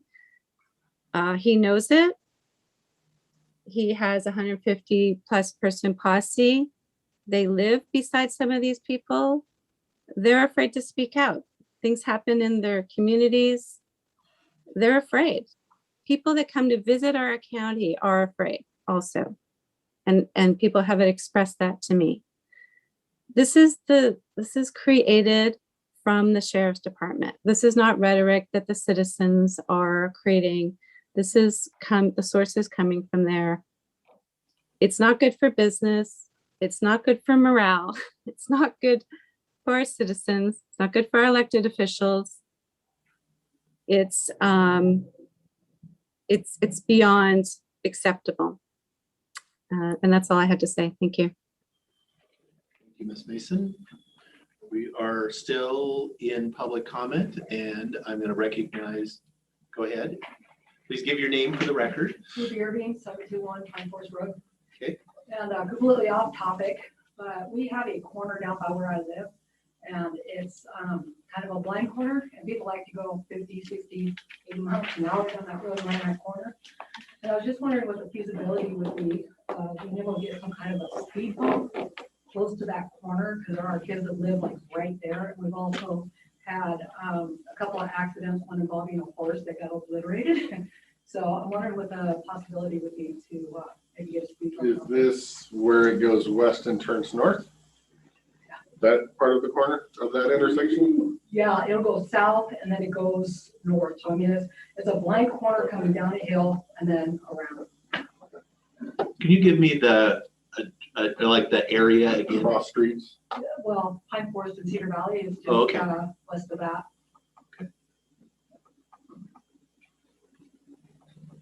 Thank you. Okay, we are still in, does that conclude your? Yeah, I Your just wanted to throw comments. that out there and maybe get an answer for it later on. Okay. Okay, we are still in citizen comment. So this is an opportunity for folks. I'll look in the room again. No. People online, unmute yourself, raise your hand. *6 to unmute yourself. Could be on any topic. I've got some people who admit. Oh, Becky Miles is unmuted. okay. Becky Miles, go ahead. Hi, yeah. I was wondering if you can confirm that our taxpayer dollars have paid for the Chris Ann Hall Liberty training for the sheriff's office, and whether or not that was for sure mandatory for sheriff's office employees. For one. But first, before we go, I did say your name for the record, but what community do you live in, Ms. Miles? White Salmon. Thank you. I would add that 2 commissioners have mentioned that Songer told them that the training was approved by the CJTC. I wrote the CJTC because I could not find, I couldn't believe that they would approve of that particular training based on its background and Chris Ann Hall herself and her relationship to white supremacy that's been written up in several articles. And so I wrote the CJTC and they to find out where it was because I couldn't find it on their list. And they responded saying they did not approve of the training. They said he can do what he wants. He's a sheriff, but we do not approve of this training. And it was my understanding that that was one reason you guys gave him the green light. So anyway, as I said, Chris Ann Hall has had multiple articles about her and her connection to white supremacy. And I'd like to know why this was approved.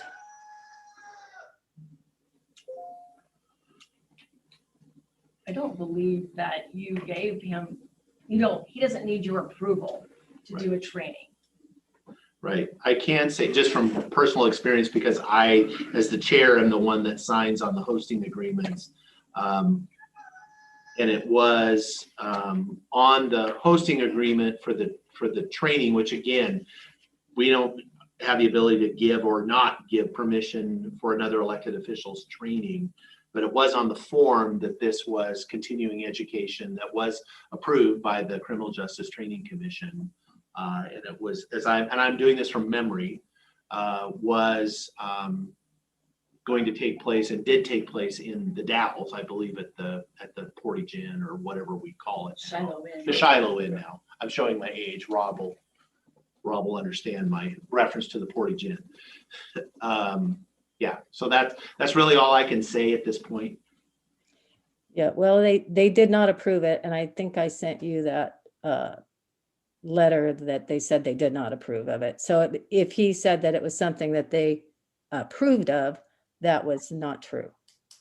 Okay. Just saying.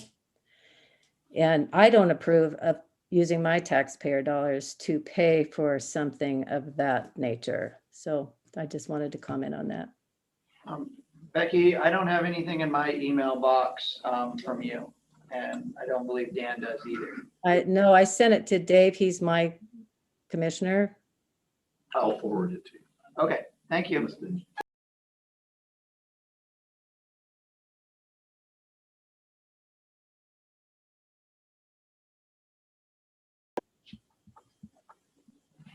Okay, we are still in citizen comment. So if folks wish to comment, please get our attention, raise your hand, unmute yourself, identify yourself in your community. Seeing anybody?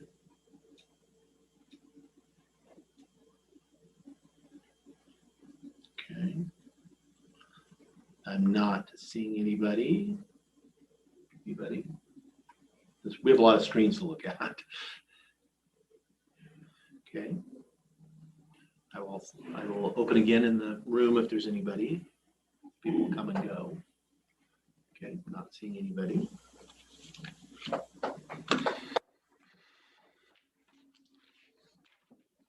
Okay, well, we will be in citizen comment for the next 5 minutes. So if you 4901. 4901, please identify yourself. Did you wish to comment to the board? Yes, this is Sherry BoCC. If I have a few minutes left, I was wondering, I was following up from Greg Wagner's comment about the findings of fact for rescinding the moratorium. Is that document available for viewing to the public? No, because we haven't done it yet. So does that mean the moratorium is still in place? No, we just haven't done the findings of fact yet. How long do you think it'll be before you have that available? Hopefully within the next week. Okay, I'll follow up. Thank you. I believe that's a discussion for you today. Yes.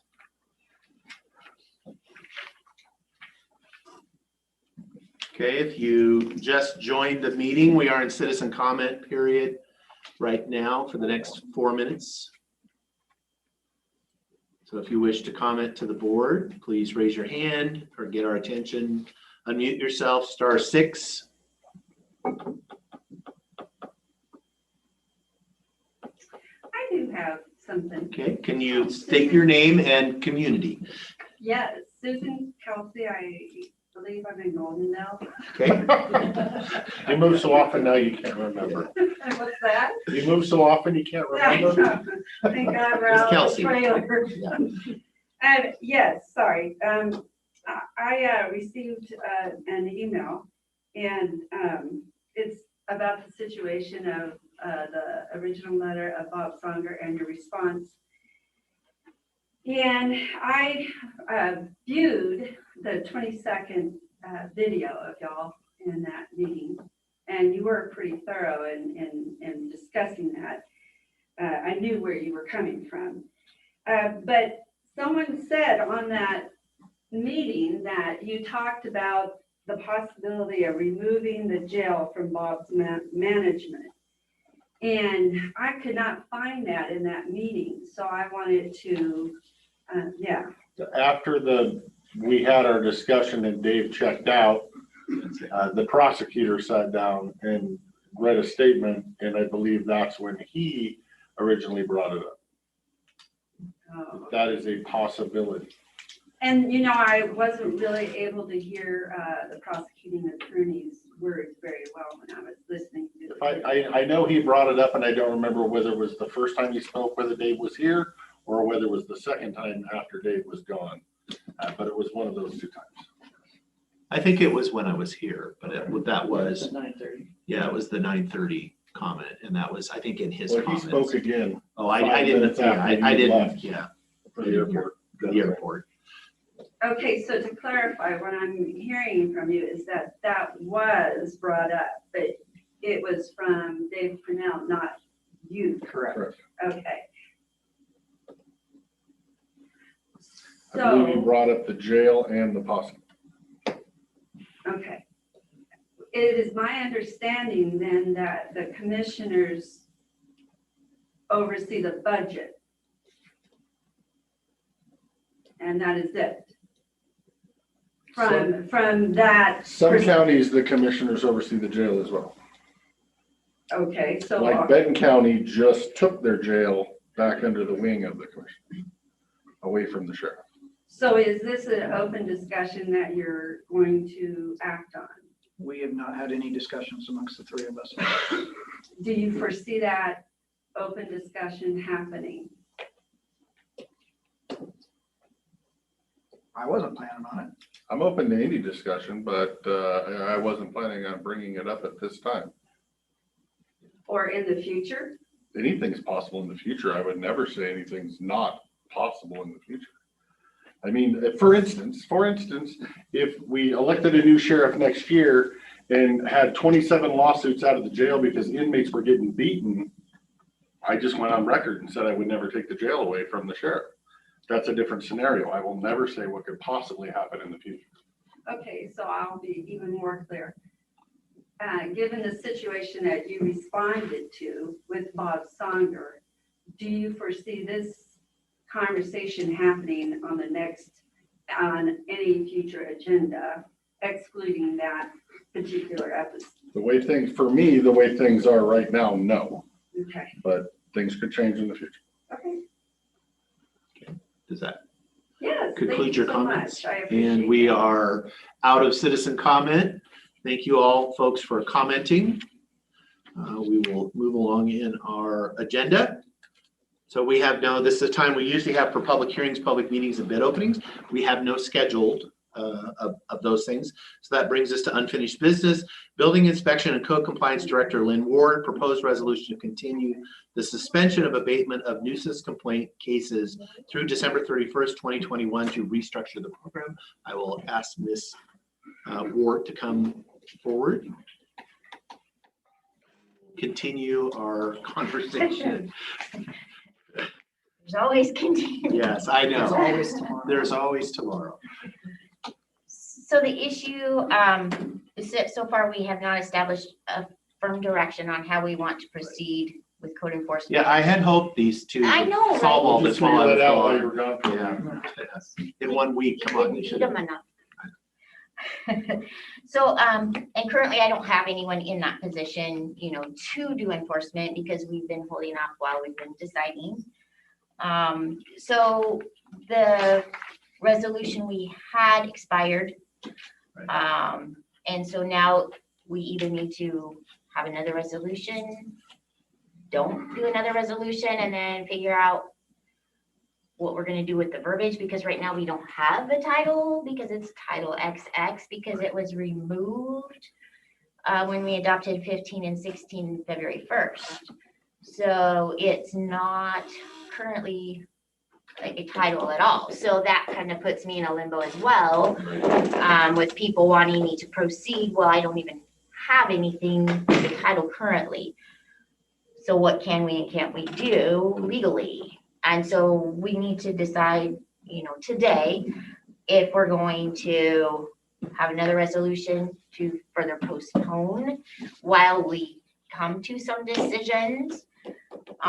If you want to revise the verbiage.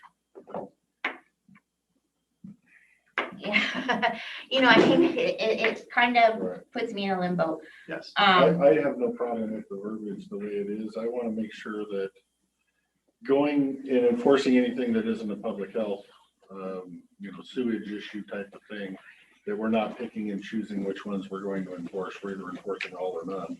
Right, and the only thing we've been doing now is sewage. Which is what it needs to happen minimum. So I would say we just continue that path for 6 months and hopefully. And we have a workshop, I believe it's the 19th of July. Hopefully squeeze that in through the budget process and get the prosecutor in here and be able to get verbiage that works for everybody. Okay. And I didn't know if there was any revisions that needed to be made or anything like that. Comments? I read it, as much as I, don't want to have to extend another 6 months. I want to fix the problem. That's just not where we're at yet. And I'm a realist when it comes to your time and availability. I've seen the number of building permits coming through, and I know that we just can't do it. Just flat out can't do it right now. And that there's always bigger fish to fry. There always seems to be bigger fish to fry. And I'm glad we've got a workshop scheduled, and hopefully we can get to PA or Rebecca in here. And so I'm still going through their responses and trying to write my thoughts down. So that being the case, I'm fine signing. Yeah, I would say I'm fine with this. I don't think we have a choice right now, because I think I'm not even sure where we're at right now, because our current one expired. Right.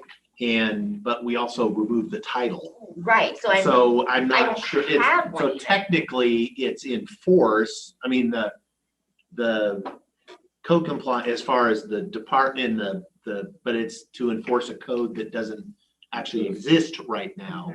And so I don't really see that we have any alternative. I know both of my seatmates, we want to get this settled, and we have some policy discussions that we just got to make our decision what we're going to do, and in consultation, of course, with what we can do, and get that title XX actually fleshed out and get it adopted and go with that. So I support the resolution as it's written. I think I appreciate that it wasn't just an extension of the previous one, that, part of our reasoning for that was the dangers with COVID, and that which don't really exist anymore as far as it pertains to nuisance abatement.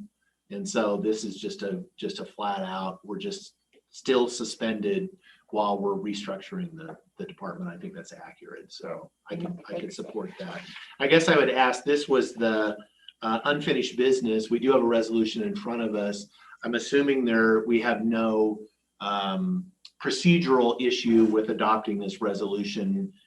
I mean, it was in the public record or not. I would say normal process would be to have it on the consent for next week, just to allow anybody that might not have seen it to see it. But if you would prefer, it's your prerogative. Well, it just concerns me because we are already on day 6 we're 6 days into having nothing, and we're kind of in conflict with ourselves, and that seems inconsistent.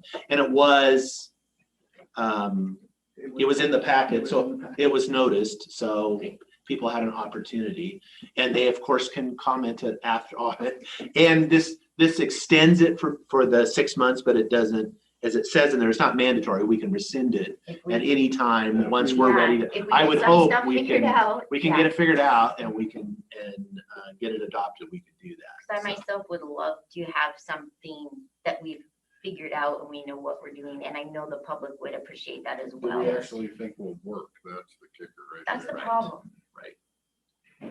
And the expense involved currently. That's me. I don't want to throw a It's bunch very of money at prohibitive. something I don't think will work. You want a motion? I would, if my seatmates are comfortable with that. Mr. Chairman, I would make a motion to approve the updated resolution number to be determined from the building department for the suspension of nuisance complaint cases through December 31st, 2021. Second motion. We have a motion and a second to adopt a resolution in the matter of the suspension of abatement of nuisance complaints. Any further discussion? I think it should say nuisance in code. Oh, If you just say nuisance, it'd just be nuisance. okay. It says nuisance abatement, or it says with code enforcement and abatement program. That's what your motion was. Investigation. So, Yeah. Okay, any further discussion? Hearing none, all those in favor of the motion to adopt the resolution, say aye. Aye. Aye, motion passes. We're good with that. I was wondering if we had A hard copy. a. All right. Next is under unfinished business is a request from Natural Resource Economic Development Director Dave McClure to allow him to carry over some vacation hours through December 31st. He was here. Oh, he's behind. He always goes behind that post. Come on up, Mr. McClure. Oh, there's. I don't know if Casey wants to stay or. Oh. Rob's here. No. Well, you don't work for me, so you can say no. No, I'm good. She said no. Yeah. She did say no. Yeah. All right, so. So the board allowed me to carry 100 hours over from last year to this year vacation, more than I'm allowed. And I wasn't able to use it before the June 30 deadline. Casey did send me a heads up here a month or two ago about that, but there was no getting to it. And so I sort of took a look back for my first 6 months this year, with 173 hours being your basic standard work month. I've worked 172 hours over for those first 6 months. Of that, 169 was doing public records requests. It's not to say that that's what I did during all of the overtime, but that took up a chunk of my time this year. I think that's easily an order of magnitude more than I see typically in a year. Or in multiple years. Did you go I would multiple hope.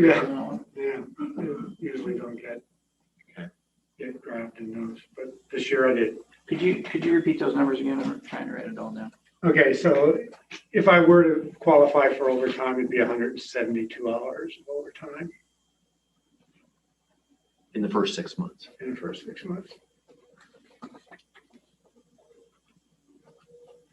And in that same period, you had 169 hours of Public public records requests. And it's actually going to be more because I'm not that rigorous on noting that down. I'll work an hour here, work an hour there, and I'll just have it down as admin time place where I really pay attention to where I'm going to be building a grant or some other restricted fund where I need to be precise in the hours. Okay. And I think. Did you have any other extenuating circumstances throughout other than the public records request the first half? A new hire to replace your position, Commissioner Henderson. That seems a little, yeah. Don't be so pointed. Not that you abandoned me. Yeah. I think he's still shooting for that apology. Yeah, and I lost my office manager at the end of March, and so that's been a challenge. And then staff and sickness and other leave reasons for leave. So it's been a pretty busy first 6 months. And the hours were there, but how do you take them? Do you anticipate if the board grants you to carry them forward that you'll be able to use them in the next 6 months? Yeah, I'm planning a trip. Oh. next month. And then maybe a second trip next month or in September. I need to see family that I Let's haven't see, seen. 100 hours, so that's 2.5 weeks, so. I'll probably need to disappear some more hours than that. Yeah. Usually I've got hours left over at the end of the year, and I take them the last 2 to 3 weeks of the year when things are slower. But this year, it's just because of the small business grants and all the other stuff we were doing last year. That's another reason. Yeah, I was able to take off early February before the COVID declaration and for a week. But after that, it just wasn't a happening thing. This came up last week. This was on the consent agenda and I could not vote for this. Love Dave, nothing personal. To me, it's a fairness of all employees or setting one employee above the rest. There was, I want to say 16 or 17 employees that had to carry over and use their time. All but one did. One of them, another department head, gave away 100 hours. So to me, it's what is your answer to that person? If you extend here, what are you going to give him back his 100 hours? Are you going to say, well, sorry, I know you did what we told you to, but now you just lost your 100 hours. What precedent does it set to the other 16 employees who followed recommendations and followed the warning that was sent out 2 months ago? To me, all employees are fair and equal and all should be treated fair and equal. And unfortunately, if that means one has to be harmed for the good of all in following a rule across the board, that's the way it should be. Okay. That's just personal opinion. Okay. I understand that he's been busy this year, but other departments have been just as busy. A lot of this happened last year. Last year was busy with COVID, but he had full staff last year. This was carried over from last year. So I understand the extra busy this year, but it was still an issue last year. So I will be a no on this. Okay. Any comments? I think if the other individual who gave 100 hours had came in and asked if he could carry that over so that he could go see his son or something else, as he's been busy, I would have entertained that. I think the only way that you can potentially, when you say, please use it by June, well, if you haven't noticed, it's been a crazy 18 months. And when somebody earns something and it's part of their benefit package, I want to honor that as much as possible. Have you given time away in the past, your vacation time, to other employees that are on sick or long-term? Yes. Not once, but multiple times, correct? Right. And that being the case, I would hate to have 100 hours that could potentially go towards somebody else who's going through a life-changing circumstance that may not be able to be given later on this year. So I would be voting in favor of it. Okay. I believe in people taking their vacation time. I think that's, and I can appreciate Commissioner Christopher's concern about, fairness and making sure we don't undermine the system. But I also think, as Commissioner Anderson said, I think the last 18 months is, if there's any time for special circumstances, it's now. And I think particularly in the first 6 months of the year, with the loss of a key staff member that took another job. Kirsten was amazing. Yeah. And then the second loss, you have it's a small department, and I understand when just because you have you have to keep the lights on and the door open, and it's like, even if I got the time coming, I just can't take it, or we could have, mission failure on a lot of things. And so I appreciate that. And I would echo Commissioner Anderson's comment about the one that donated the 100 hours, that I would have entertained, I don't know who it is or what the circumstances were, but if they could make a compelling case, I may have considered that as well. So I will be in favor of this. I do, with the caveat, is that you've got to get your time. And I realize, you know, it's not always going to be COVID, and it's not always, but there is always something seeming to go on, that there is,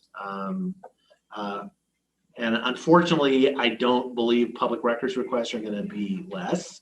And that's something we as a county are going to have to deal with as far as staffing and responding to those, as far as, because we have to have staff so that they can actually use those vacation hours, because I firmly, saying as somebody that just got back from vacation, I do, you know, people need to recharge, and otherwise we're not getting our money's worth from employees that are exhausted and burnt out. And I'm not saying you're exhausted and burnt out. You are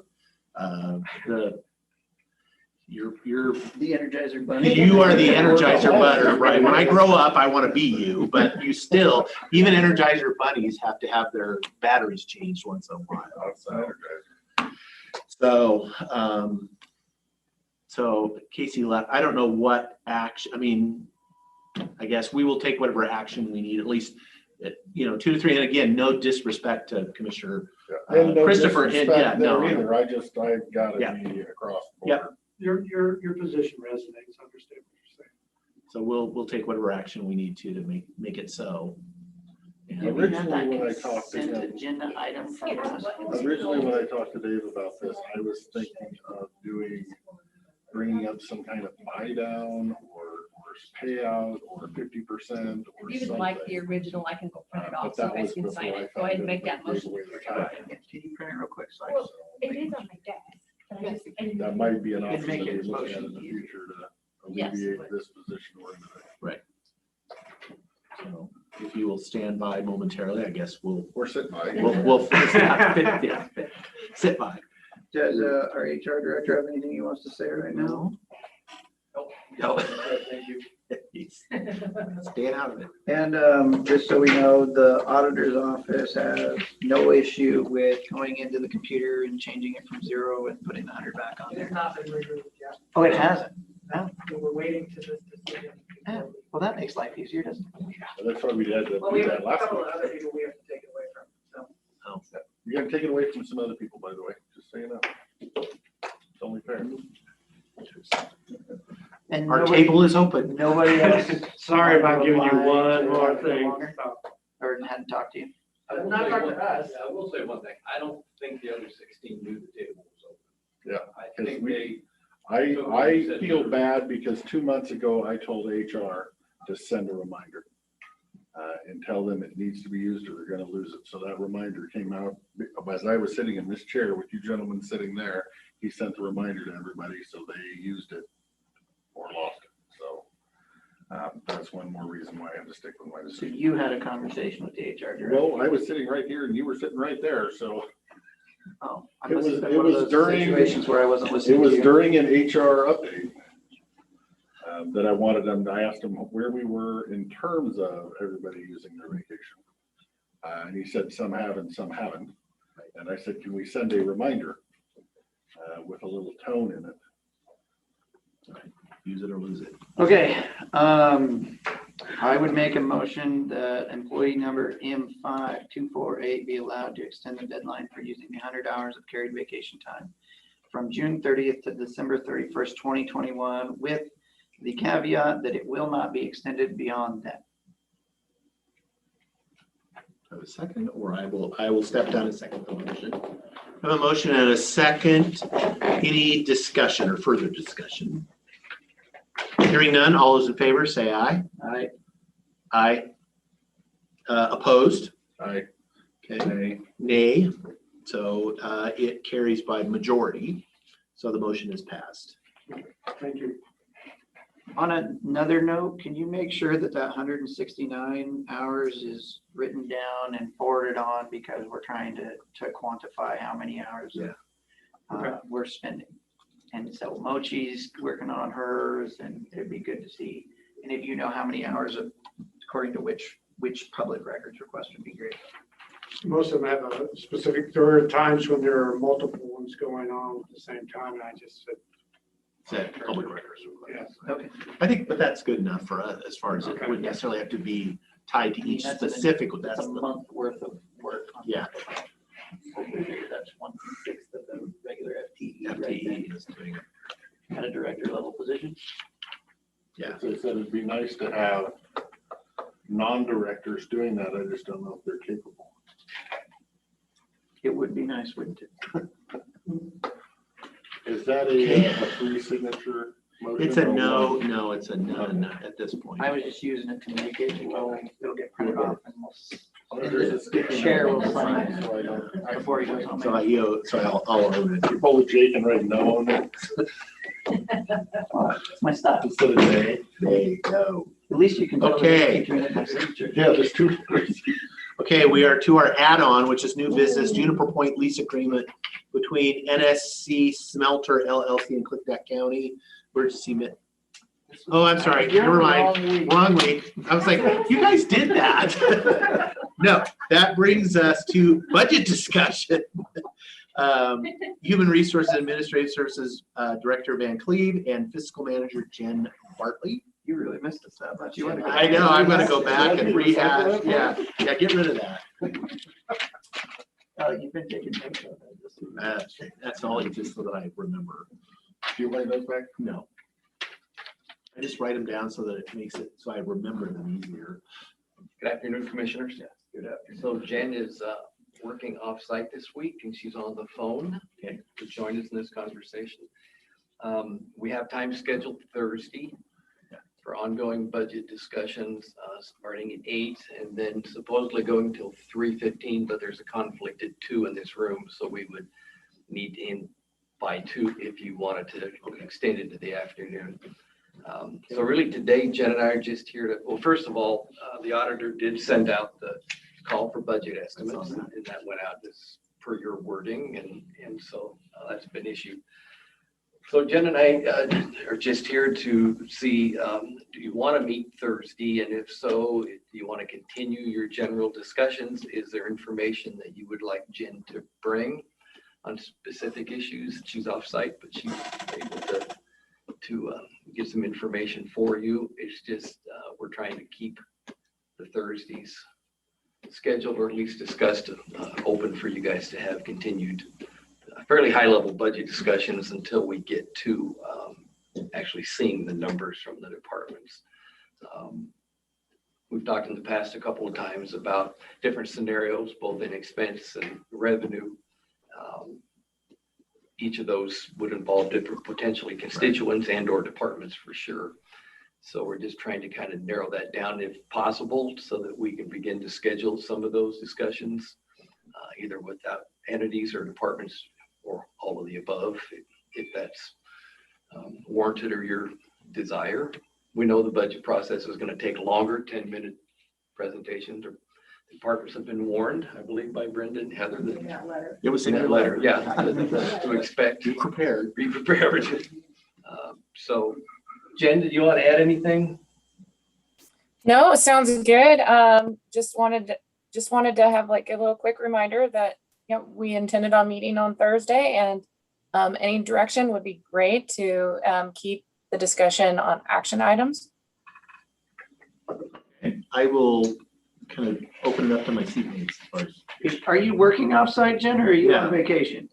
I'm working off-site this week. Conflict of schedule with one of the kids' camps. So for Thursday, is there anything that we have on the agenda that can't wait? No, we don't actually have an agenda item. That's why we're here to see. And Leah's thankfully blocked out these Thursdays, I think most of them, July and August. Right. And so we're just For us to have those discussions, and we'll always try and check in the Tuesday to see if we need any information. So there's nothing scheduled, no topic scheduled. We do, I don't know, because Finance Committee is meeting on Friday, and I know the committee chair, the treasurer, likes to come in the next week. Right. To talk about that, so I don't know if that, I was kind of wondering, I was kind of curious as far as, I know we had discussed as far as all of the Thursdays, because we have a lot of things to discuss, but we don't really have an agenda yet. And so, I'm curious what we want to work on. As far as I'm totally open to coming on Thursday, although I don't think Ms. Bartley's being entirely accurate. I can see from your background that off-site looks suspiciously like Sandpoint? Yeah. recreational, Sandpoint was the 4th. Yes, I'm in Spokane. Liberty Lake, actually. So, I mean, yes, I mean, if you are, I mean, so I would defer to the seat as far as, I mean, I would say for myself, I'm not necessarily, if we decide we want to go ahead and meet on Thursday, you know, I would like us to take one block and talk about revenues and maybe get some,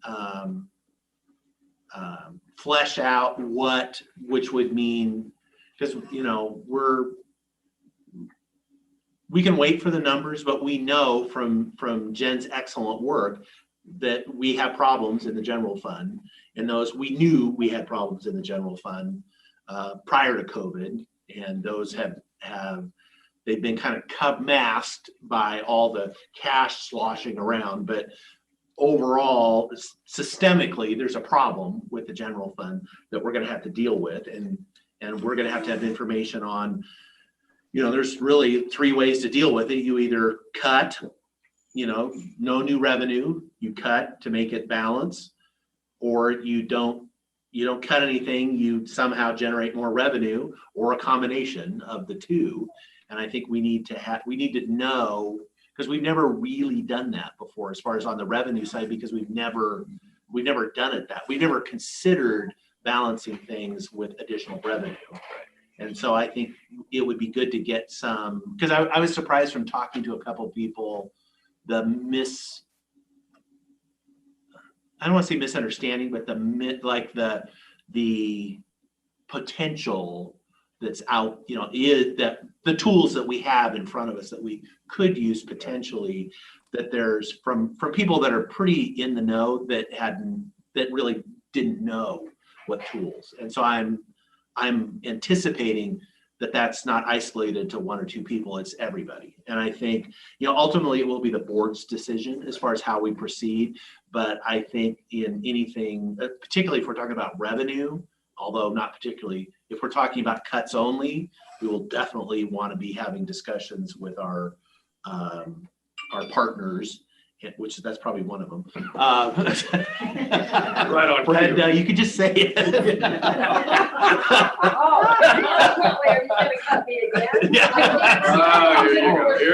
Yeah, no, that's right. But I mean, so I think we need that information as far as what the potential tools are, whether it's, you know, we keep talking about terms as far as, but we really drill down into that as far as what's the potential, as far as whether it's like what sales tax increases are available to us at, you know, what levels, what would that likely generate if we did that, so that we are talking about real numbers as far as, because you can have a philosophical discussion about, I'm opposed to all new taxes. Well, yeah, I am.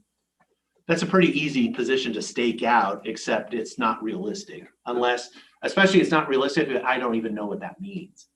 You know, I don't know. And I think, so I would see us focused, I would like to see one on the, you know, if we were, you know, what are the universe of possibilities as far as the revenue side of things, and then a similar one on what are some others, you know, as far as either cuts only, what that would look like to make it balance. I'm just saying personally, I don't think that's practical, just because I'm not sure it's possible. I'm not sure it's possible.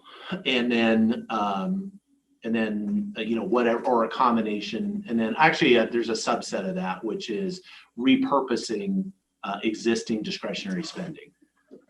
Because that's another big, because we, unlike other counties, we actually have a lot of things that we are funding that are not required. They're discretionary. And that can come up under revenue. We can talk about moving things around, and that's that third option, really. So I know the other commissioners haven't spoken yet. Yeah. Maybe that would be a good topic for the finance committee, because we have talked about some of those issues in the finance committee in the past.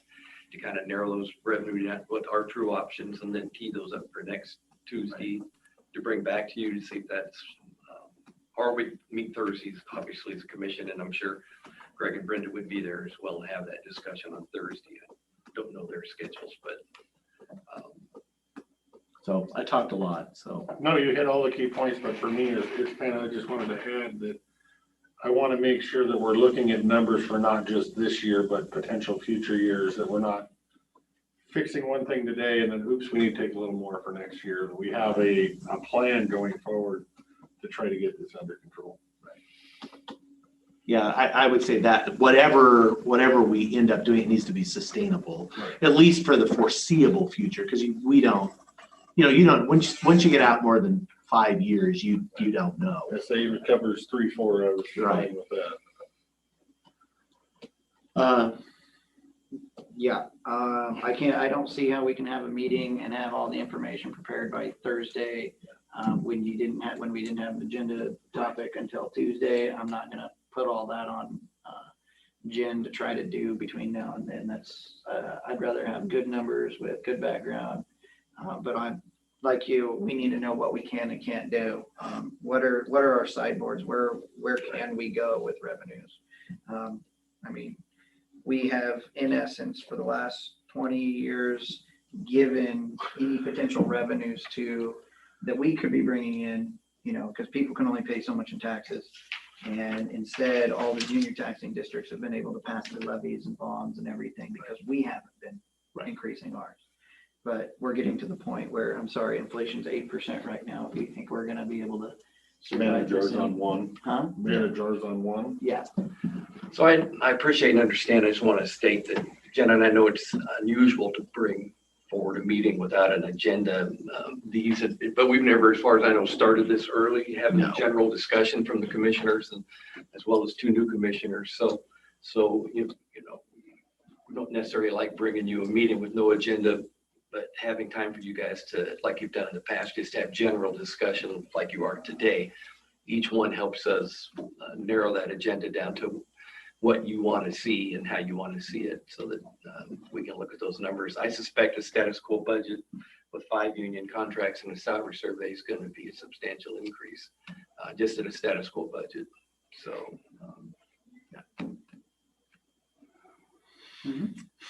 Yeah, so I would say, at this point, I don't see anything productive about meeting on Thursday. Do we think we could have, if we flesh some stuff out on and I don't want to necessarily be focused on revenue, but that to me is not easiest as far as solving the problem, but it's easy because those have very specific, you can do this, you can do this, you can do this, you can do this, and we can calculate those because these are all things, we're not reinventing the wheel because every other county is already doing all of those but things. not only that we could do this, but it's going to make this big of a dollar amount. Right. That's what I want, is to run the numbers. Like I know, like I just know, like our general sales tax. So we are at 0.5%. We have 0.5% that is banked. There's nothing that says you have to take all of it or don't, but there's all kinds of other ones too. So that one's really easy to quantify because it should be, if for each 0.1, it would generate this much revenue. And so we would get some real numbers based on our current sales tax receipts. And that's just one example. There's other ones as far as criminal justice, the safety tax, there's different ones. There's all these different ones that we can look at. Because I think it's anything that we look at is likely going to be a suite of things to make it both sustainable and that it's tied to specific things that are important to the community that get funded. Right. And, frankly, our community, and we've been able to do it, has got off, we've been able to afford this stuff because we don't need all those other things. We haven't. But I would remind people that, when I came into office 15 years ago, the landfill generated, close to $8 million a year. Now it generates a little over 9, on average 9.3, 9.4, not 10.6, 9.4. That's a good. What's the inflation been in 15 years? Yeah. And so that the delta between of what was discretionary, yes, I inherited 15 years ago a lot more flexibility with those dollars than exists today. They're basically everything is allocated and then some. And it isn't because we've been building buildings and spending money on things and whooping it up. It's just, if you just took the base inflation in 15 years, that same money would have to be 11 or 12 million dollars today to equal. And each of those allocations has a constituency, and I'm not talking about the departments, I'm talking about each of those dollars. Right. That So goes out there. Each allocation or reallocation. So I do know that whatever we do, which we have to do something, because we're not going to kick the can. We better know what we're doing and be able to explain it as far as what our rationale is for whatever that is, to the public, because this will be new to them. This is a discussion that used to be had 25 or 30 years ago. Well, and every action that ultimately you take will have a reaction of some kind, and trying to anticipate what those reactions are internally and externally. That's going to be as important. Well, I think when you start raising, call them revenues, you better be able to show the public where you sharpened your pen on your. Exactly. Right. With that being said, if one thing I could ask you and James to look at, it's those big ticket things that actually move the needle. Things like, when a $69 million airplane shows up, can we quantify that and the reason that they come here? And if we raise income or the sales tax up this much, would they still come here? And are we actually raising more money, or are we losing money? Are you shooting yourself in the foot? Are we shooting ourselves in the foot? So that's one that I'd like to look into. Another one that I think would be willing to look into is we've never had a budget line item in there for timber sales and timber revenues. But I think over the course of last month and hopefully this month, we should get about $1 million. That changes. Yeah, that changes a budget equation. Right. One-time money, but it's $1 million one time. It shouldn't be one-time money. Yeah, right. Every year of sustainable analysis. What it should only fix so many things. Yeah.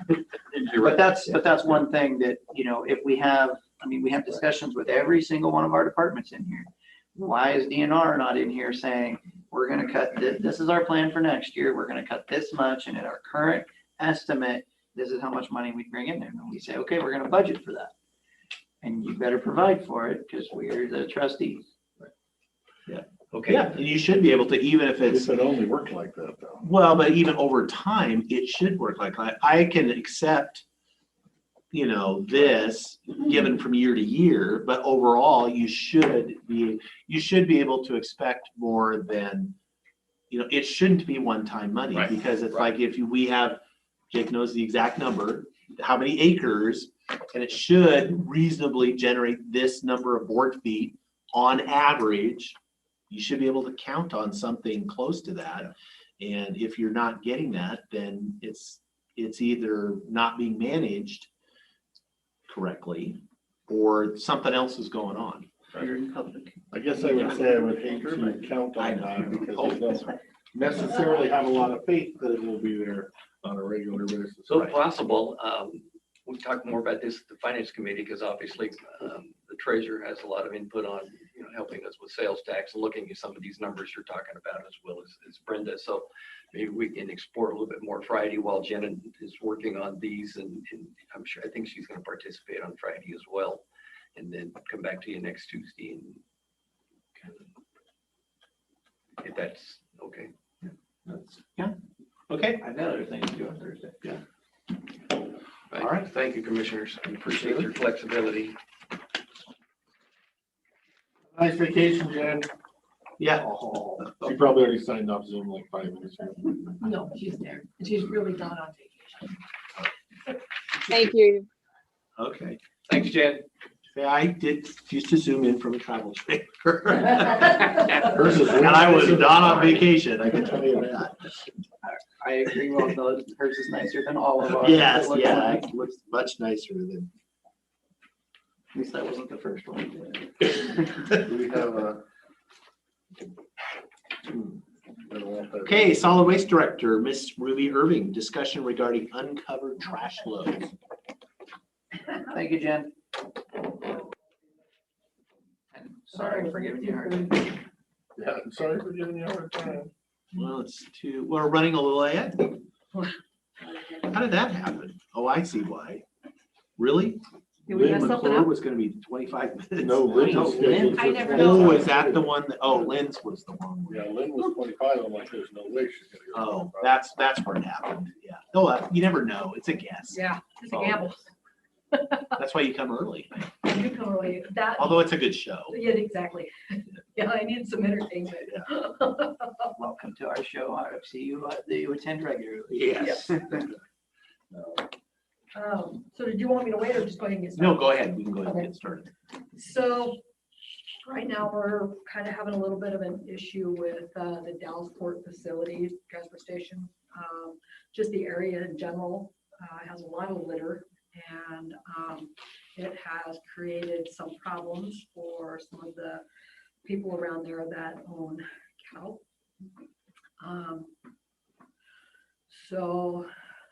To be specific about the most recent situation is Mr. Stevens' calf suffocated from a grocery bag, like a plastic grocery bag, and has tried to get payment for that calf from either myself or Republic Services.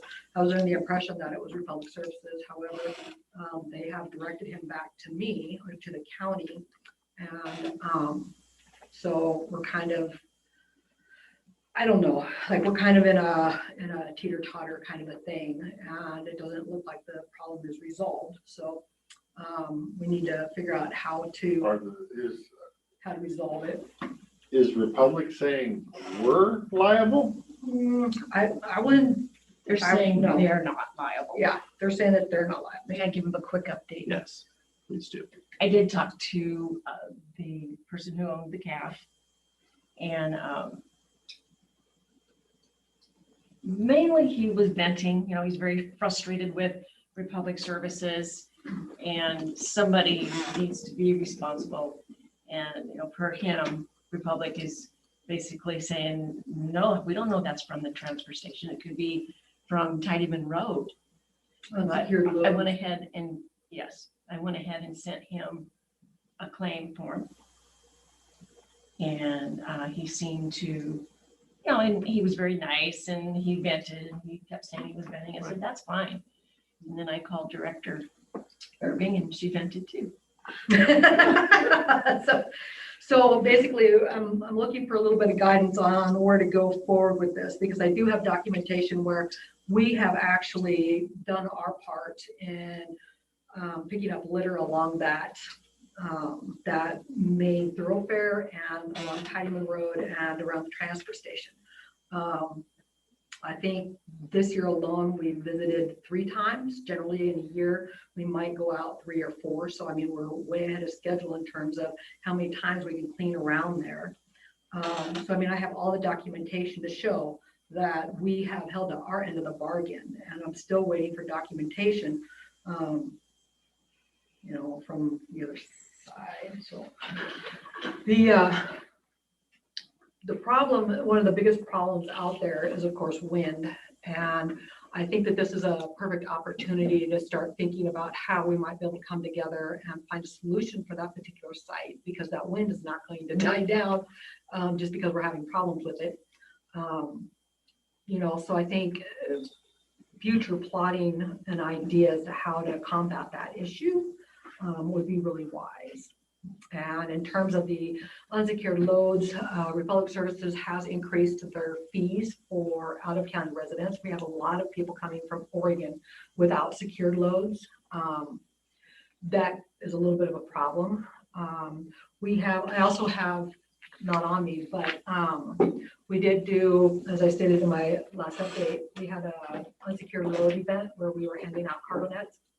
And we have data from prior to that event on how many unsecured loads came into Dallasport and to the other, to the Golden Dell transfer station. And then we have post data, which we have a couple more data points to put in, and then we'll be able to see how much that event had an impact on unsecured loads. So surprisingly enough, Dallasport was not the worst offender. So What was? Goldendale. Oh, really? So, I mean, you know, but the data kind of varies depending upon the day. So, you know, I mean, overall, it's, Did you have a statistically significant sample size so that you could Yeah. say that this is enough? yeah, it was significantly, it was significant. However, I got to figure out how to get some of the deviations out of it, some of the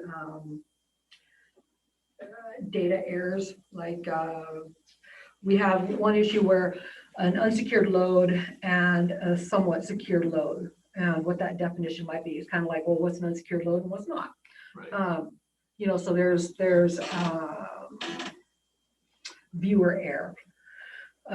So we're trying to tighten that down for our next data analysis, so that we can have a really clear definition of what could be an unsecured and what's a somewhat unsecured.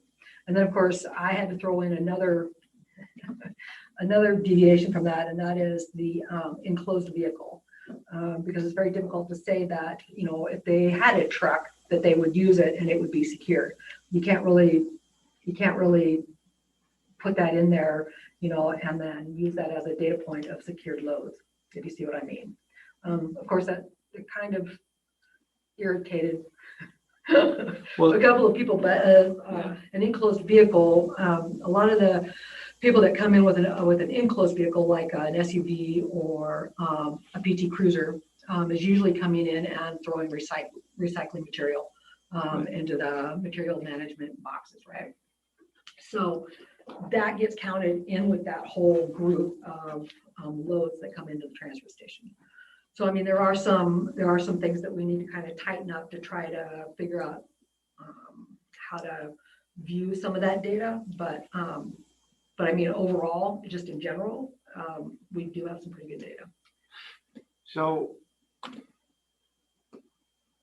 everybody's supposed to secure their load. Yes. And Republic doesn't want to fine people or anything. They say that's not our job to deal with it. Right. However, the caveat to that is that the ordinance that we have states that there should be a $5 fee for unsecured loads before going into the transfer station. On the contract that we have with them, it is required that they follow all regulations and all ordinances, state, federal laws, period. It's, you know, that's the law. I mean, that's part of the contract when the contract was signed. And I did send that in the email this morning that I sent out, just so that everybody could be on the same page with what the contract language is. And I sent out the ordinances like a week or two ago. So, Okay. So theoretically, we have this $5 charge and they're in breach of contract because they're not enforcing said charge. Interesting. Complainant with the calf, where's his location, east-west of 97? he's along Tidyman Road, that build out there. And this isn't, you know, I mean, unfortunately, it's not the first incident. Right across the street from it, right? It's, well. It's further. I was gonna say, right across the street is the granite construction. Yeah. It's within that area. And I So mean. it's further down Tidyman Road. Yes. You know, I So mean. I think we have a couple of issues. I think we have a couple of different issues. We have the cow issue first. Yeah. Which, you know, I am conflicted as far as I know Mr. Stevens and there's no dispute that he has a dead calf. Right. And that, so he has a loss. Mhm. The issue is about who is responsible for that loss. And responsible for everyone that follows. Right, and for everyone that follows, exactly. And so it's, Well, I mean, I can see Republic's perspective is, right. you know, But up to this they're, point, in the last 30 years or 20 years that the contract's been in place, I mean, how many things like this have they actually paid for? I don't know. Yeah, so. I don't know. So, but I mean, I can see if if the plastic came off an unsecured load on Tidyman Road, if the trash came off of the transfer station, which there is, then they have liability as far as, I'm not sure how you would prove The that. hard part is proving So Who had the trash? Yeah. The trash, Out of the neighbor's yard. it could have blown out of the neighbor's yard, and it is. I mean, I think that's going to be really difficult to assign who's, I mean, because ultimately you are somebody is responsible, but I don't know how you figure out who that is in a way that you can prove. Right. All I can prove is that we're not the ones that are culpable, because I do have all of my records. I do have pictures over the last year or so of different sites that my litter crew has cleaned up at. Right. So I mean, like I have. Which I would say have even documentation. that, I mean, I think that's really good, but I don't know that we would even be liable if we hadn't done litter pickup, because ultimately the litter along the road actually belonged to somebody that broke the law when it came, either blew off their place, blew off their truck. It wasn't ours until we picked it up. Which was good. I mean, I got the deal that we are trying to make it better, but if we failed and we had, something that got through your net, I don't know that means we're culpable. Right. And I guess, Mr. Stevens can file a claim. Anybody can file a claim for anything, and it'll go through underwriting. But I think it's going to be difficult. Right. I just don't see a solution to this, and I see Republic's perspective in, if they assume, then what happens, especially where it's actually not next door to the transfer station. Yeah, so my hope is that this actually sparks an opportunity for public services in my department to be able to create some better. I've never seen them in here. It's in this part. He leased it from Hazel. Which they own that too, but I never saw it. So it could be. I don't have any evidence. So that is possible. That would be a little more. If it died right in here, I'd be like, because that would be different. I was disgusted. Yeah, it is. It's a problem. So that's the other issue. Yeah. So like my hope from this whole situation, I mean, it'd be a win-win if we could actually start working some post-COVID stuff and start working on being able to control some of the issues down there. Like I said, the number one issue down there is wind. Right. I mean, when it starts blowing at 10 miles an hour, it feels like 40 miles an hour whipping through there. So it does. Did you just say you want to control the wind? Yeah, I do. You never rain my idea. No. Controlling the weather would be better. I'm assuming, I don't know what, and that would be maybe a legal question. Again, anybody can file a claim against the county. Yeah. I'm assuming anybody can file a claim against Republic too. And that would be proving liability on anybody is a whole other matter. Have you talked to Q about this? So he was actually on the email that I sent this morning with the with contract language. So I like Mr. Stevens has tried to reach me now 7 times today, and I have 3 messages from him. So I think Ruby's looking for she wants some direction, because she needs to be able to have a response to be done. So is Q on? Mr. Prosecutor, do you have any thoughts on this matter? This is really the first time I'm hearing about it. I saw some sort of email this morning without some attachments, but some sort of garbage bag got away and harmed some. I don't understand how this is taking up time for a county employee. How is this a county issue? So let me backtrack to the beginning of this particular situation, which was the middle of last month. I was contacted by Mr. Stevens regarding the dead calf, and I directed him to Republic Services. He did not get the responses that he wanted from Republic Services and continued to contact me. And it has kind of escalated. I thought that Republic Services would handle it, but it just keeps coming back. So last week, Mr. Stevens had contacted me, and was hot-headed, like like any of us, I think would if we lost, livestock, but, so I mean, the issue was not handled and, so here we are a month later on a second Monday in a row, and it's a problem because it's not being settled in the manner that Mr. Stevens would like. And, there seems to be some disconnect on where I stand and where Republic Services stands, in terms of, legal stuff. So anyway, that's why you were BC'd on the email, so that we can at least get that ball rolling, because it certainly feels like it's going, somewhere. So I didn't think that it would get to this point. I thought it would actually be handled when I passed it over. Well, to meaning, Services, I mean, was yeah. your assumption that Republic would just write Mr. Stevens Well, a check? at least just figure it out, work with him or something, like, he's got pictures, he has the stuff that he needs, that he feels like he's got a pretty strong case for.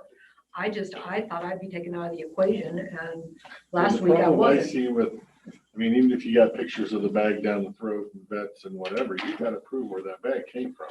Well, yeah, And therein lies. You can lay blame as to. Yeah, therein lies the where problem. came from. Right, so I'm now passing it off to get some direction, because like I said, I thought that this would be settled by now, and I don't want to be here. So I don't want to have to deal with this, but it's in my lap, so. Mr. Prosecutor, do you think we have any potential liability for this calf? Well, we'd have to know more facts, but based on the conversation I'm hearing right now, I'm scratching my head as to why this is a county issue at all. Right. Yeah. Because whenever somebody has a problem, they want to come to us. Yeah, exactly. Deep pockets. And I have a not an open door policy, but I have a pretty, like, I want county residents to be able to have a voice and, to be validated for where they're at. So, I get it, but I look at it as a county issue. The only thing we could possibly do to help this situation is pick up more trash so than we do. That's our job. So legally, But you can only do so much Yep. picking up near a transfer station with the grant you have. so here we are legally, since you asked the question. The inspections that we've done for the last year or so have consistently been in need of a wind fence and having issues down there at that particular site. And nothing has been resolved on that. So I have all of my inspection reports. I have emails regarding this particular situation. And then I have the contract language regarding, what their role and what the responsibility is with that particular transfer station, or with all the transfer stations. And you find it in the contract that they should be Yep. putting up a fence. Yeah, their fence has not been legal or appropriate for that particular area. And, I've been requesting it to be replaced for quite some time. I do think those are two different issues, though. I don't disagree. Right. I think there are deficiencies at the transfer station, and we need to ensure contract Yes. compliance, and that they do. But the relationship between issues at the transfer station and the and a dead calf, they're not necessary. You would have to prove that there was some connection from one to the other. And then again, we would not have any liability. It would be Republic, and this would be an issue. This would be for the courts as far as they can file a civil claim. I'm assuming. I don't want to. I would defer to counsel. But we've always been told you can sue anybody for anything, and if you can go make your case that your transfer station that you were not doing it killed my cow, you need to pay me, compensate me for that. Right. Then, So with Republic Services, then turning it around and putting it onto the county as a county issue, that's where it kind of came back into my lap, and that's why we're here. I know the county counsel's on the phone. His risk manager seems that this gentleman thinks there's a claim against the county. He can file a claim process through our insurance company as commissioners. I'm not sure until it works its way through the insurance company, see if there's coverage for it or it's denied or accepted, then And until he files that, he's almost circumventing that process by coming directly to the commissioners, so. maybe there's And a I'm step. assuming the director would be, it would be correct to just refer whoever it is to file a claim. They're out, you're out of it. Right. And then let it go through, would it go will to- get filed and it'll go to the just like I mean, we get lots of claims get filed for things and. That's where I think the Some- cap issue should go, but I feel Right. like we need to- I think the litter issue is different. That's a, Right, I but we think the need to cap address that. issue, if he thinks there's a claim against the county, he needs to file a claim.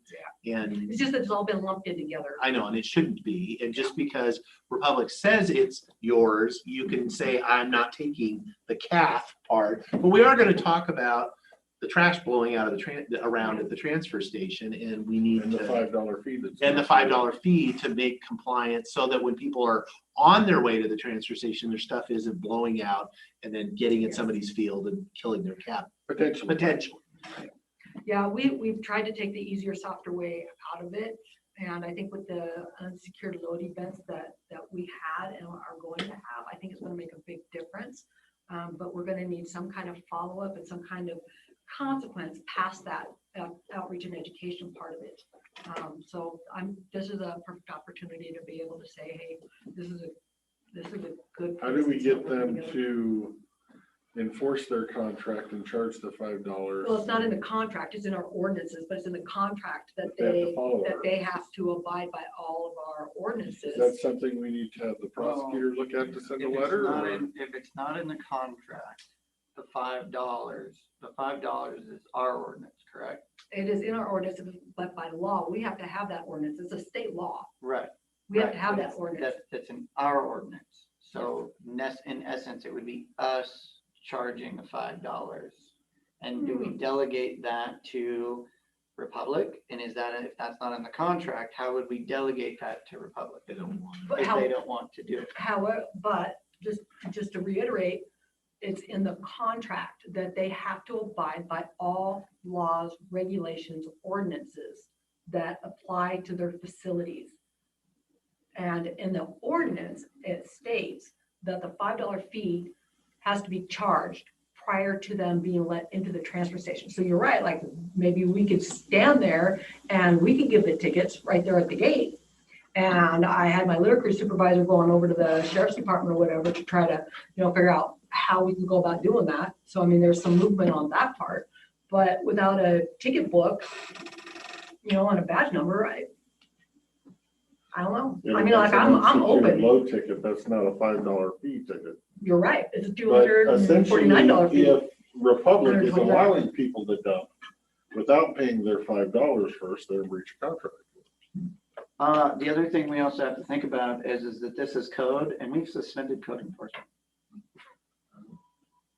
It's an ordinance. We haven't suspended contract enforcement. But it's not in the contract. It's not in the contract. The contract says that they will follow all state, All federal, laws, and local regulations. ordinances, and Yep. that ordinance is suspended right now. And I mean, to be fair, Public Services and myself have had conversations about how we might be able to mitigate this issue at the gate. Like have them be turned around. However, some of our transfer stations don't have the room to do that.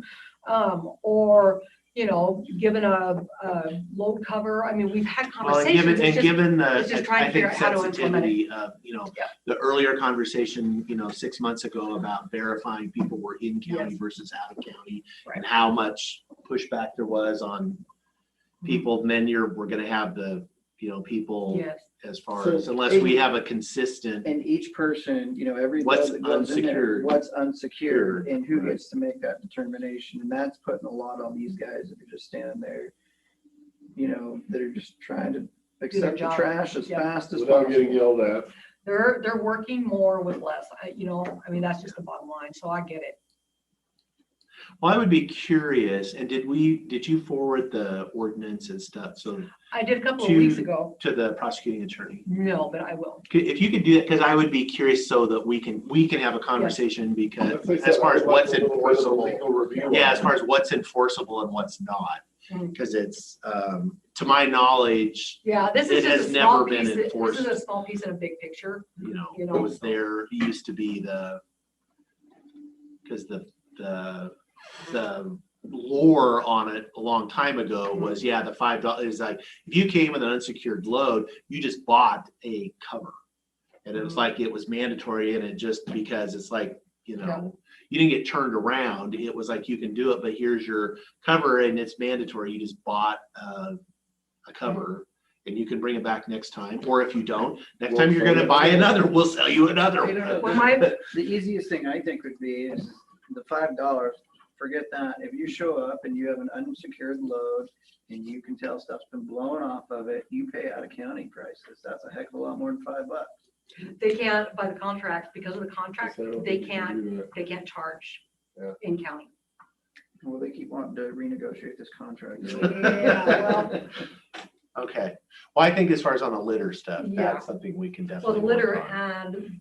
As far as Mr. Stevens, and I would Well, direct him to file a claim, and then it goes through the process. And then prosecutor for legal review, and then we might need to put a little pressure on Republic to upgrade their facilities. Well, that I think, because I think Like their 3 fence isn't different issues adequate. there. There is, and the, you know, and it is most acute at Dallasport. I don't know that there's as much of it. There's not, as far as stuff BZ. blowing at BZ or in Goldendale, Goldendale has a problem, but because it's like in my purview, like I've even been out there to clean, you know, like when I was doing load counts and stuff, I've gone out there and pulled the plastic off the fences and, you know, stuff in the ditches, and that was blowing all around out there. So, I mean, that's. Is there any talk, I mean, not, I don't even want to bring it up, but like they do at the landfill, like when the wind gets to a certain point that they shut down? I would think that they should, but the problem is like with Geez, we've been Dallasport. shut down here about 6 months. Well, that's what I don't know what that. With Dallasport, they have. Yeah, I They have know. not only do they have, Sorry, I was just trying to problem solve. not only do they have residential coming in there, Yeah, but they also inside have, they also have all of the commercial stuff coming in there, and you can't just close down, you know, when the garbage trucks are coming in to dump. Yeah. Because they don't That's stop, impractical. they don't stop running. Well, especially if you have not Is it- exhausted all of your Yeah, Dallasport is technology completely inefficient, fixes. and it's just not, it's just, the way our county has grown, and especially now that it's really growing, like, these transfer stations aren't adequate. Yeah, or at least won't be adequate within 5 years. I've seen it make some good changes recently out in, out in BZ where, for the longest time, they have 2 boxes, 4 spots, and they only ever ran 2. And on a Saturday. BZ was not supposed to be a manned site, What site? a manned site. Oh, a manned, it was gonna be Just drop off. drop off? You're on your honor? Don't fall in the box. Don't fall in the box and mail us a check. That's how it was. Everybody's in brought up. county. That's how it was started.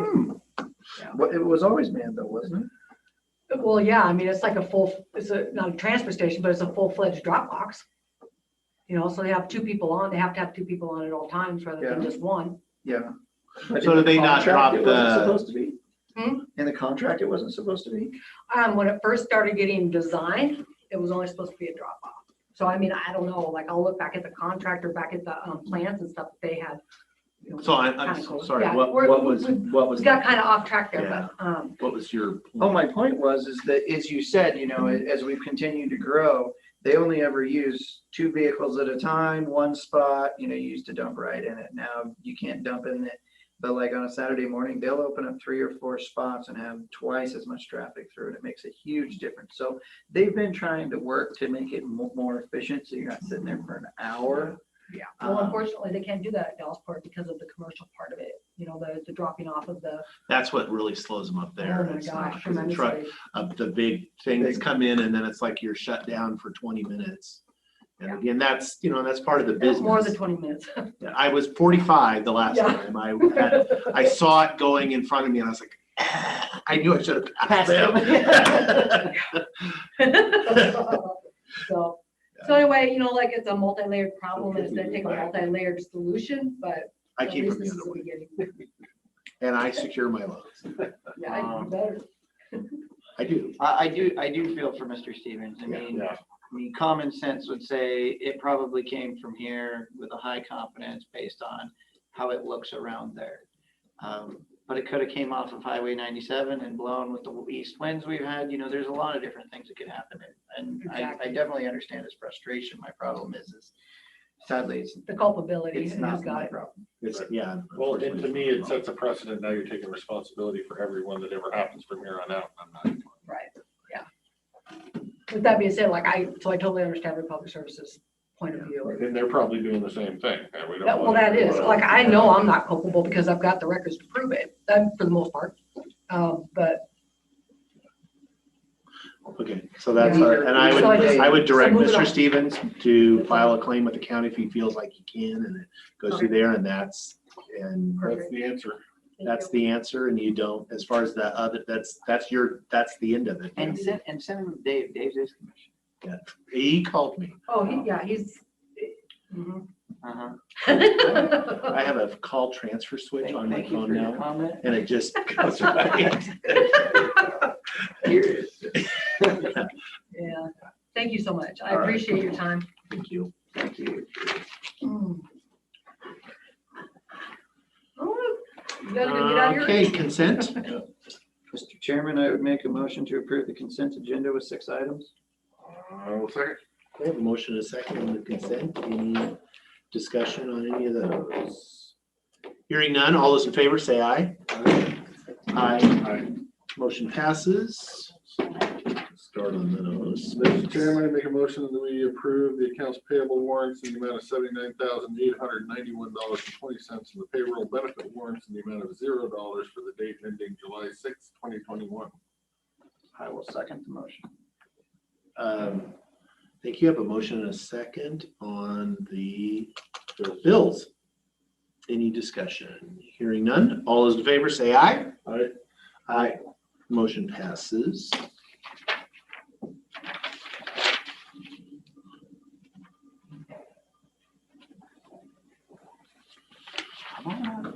Okay, come on up. New business. Good afternoon, Commissioners. Afternoon. As you may recall, we put out an RFP for a audiovisual system for the new chambers, Commissioners' chambers in the new building, as well as possibly providing Polycom video systems for the meeting rooms. We added that on as the proposals were based on the BoCC chambers, but the other ones were a potential. We got 4, we rejected 1, as you may recall. Avidex is the one we've spent some time with. They weren't the most expensive, nor were they the low cost, and under this type RFP, we're not required to take the low bidder. The team was Commissioner Anderson and Lee and I and the IT manager. I think we all liked Avidex's style and how they approached the issue and their proposal. And we had a couple of conference calls with them and explored some changes. I think, and you'll see instead of I think Commissioner Anderson's updated you in the past, as opposed to desk mounted, table mounted microphones, it's a ceiling mic like we have here, and a TV for the audience so that they can see what's going on, because the TVs were facing in. So this way the audience can see what's being projected. So we're on version 3. That's the one we present today for recommendation for approval. Gordy's wants to get somebody in there as soon as possible. The farther they get along in the building, the more expensive it may be if any changes have to be made to the room. So on behalf of the group, and Lee's here and Commissioner Anderson's here, we're recommending approval of the Avidex. They are also facing rising costs. I was talking to Jeff Rowe this morning, and even the county things that we can get, some things aren't available, and things that we get are expensive. IT equipment's getting expensive like everything else. So locking this in and getting them moving forward. The funding for this is in the loan for the building, or it's in the construction budget for the building. So I'd answer any other questions, or Commissioner Anderson or Lee is here as well. I have one. You sat through this, and I know originally you didn't like the number that was presented, but you sat through it, and this is the number that I see before me. So you've looked over it, you believe the items that are on there are items we need, and that's your. So based on those original, what we asked for originally, it wasn't super detailed.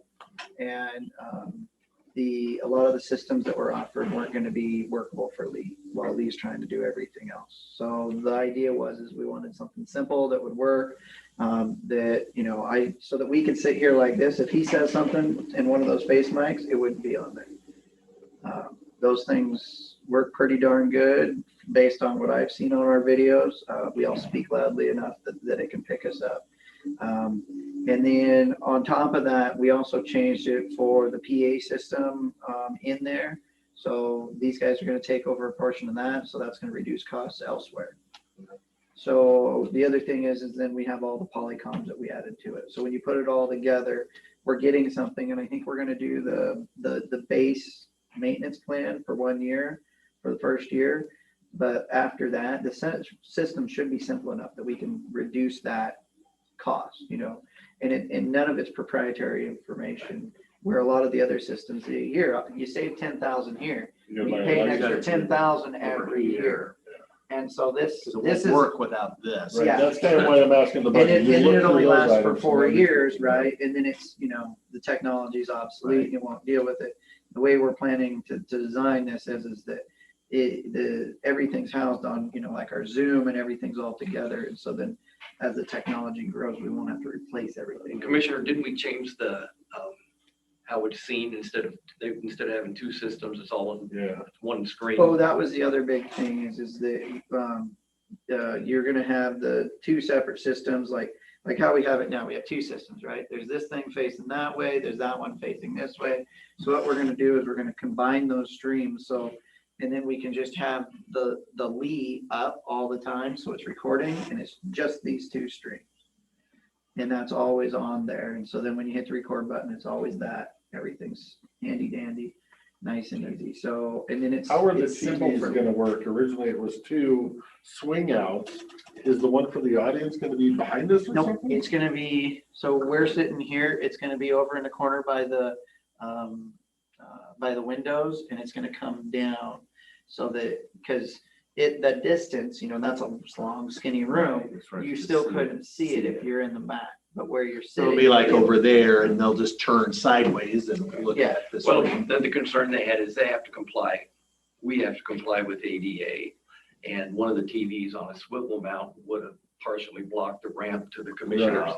So it wouldn't have been ADA accessible. Plus the camera doesn't do much for the audience if the TVs are pointed in without one pointing to the. and honestly, we're going to be looking. We're going to be looking right here. here. We're not going to be looking. The other thing I want to make sure we have, and I don't know whether you already did it, is ADA compliant hearing. Yes. So we have a pod of 10 or 12 earphones we can pass out if we're doing a public hearing and somebody can't hear. That we're required to do. Okay. As well as a microphone, wireless mic, in case there's people testifying and it's a They don't large have to group. step all the way to the desk. Right. Yeah, right, okay. So With those two things, I'm. all said and done, it's a fair chunk of change, but I see it being cheaper in the long run. Because we won't have to replace it for years. Okay, well, I will accept the recommendation of the committees, certainly. Unless Lee disagrees. You're Yeah. welcome. You were on the committee too. I think it's a lot of dollars for what I can see we're getting, but I'm not an IT person either. And I'm relying on IT Director Van Cleve and Commissioner Anderson. All I have to do is learn how to use it, and I can learn how to do anything. So if this is the best thing, it's going to meet all the ADA qualifications. Yeah, that's the kicker. It's not just for me, it's for future. Hopefully it's going to last us for a long time and with upgrades as needed and be very efficient and do a good job. And so the other thing you have to think about is like, this is as simple and sweet as you can get with us right here and how we're doing this cheap, right? But as soon as we speak and it goes into there and then it goes into the speakers, that gets real expensive so that it doesn't sound like an echo chamber anymore. And Well, so the other kicker is that room is so much bigger that if we have a public hearing that people show up to, we have to be able to make sure the people in the back know what's going on, can hear what's going on, can see what's going on, have earphones if needed. So And I think that's part of it's their- for the public good, even though it's kind of weird to say so. And part of their expertise will be balancing the sound in the room. You know, it's a lot of glass and so being able to balance the sound so that wherever you're sitting, you can hear it as well as any other place is part of the expertise. It's a big dollar, but you're doing it in the spirit of transparency. It's a good, I So mean, it's that's an investment. your answer out of that. Okay. And I'd like to thank Commissioner Anderson and Lee for their time on that, through that process as well.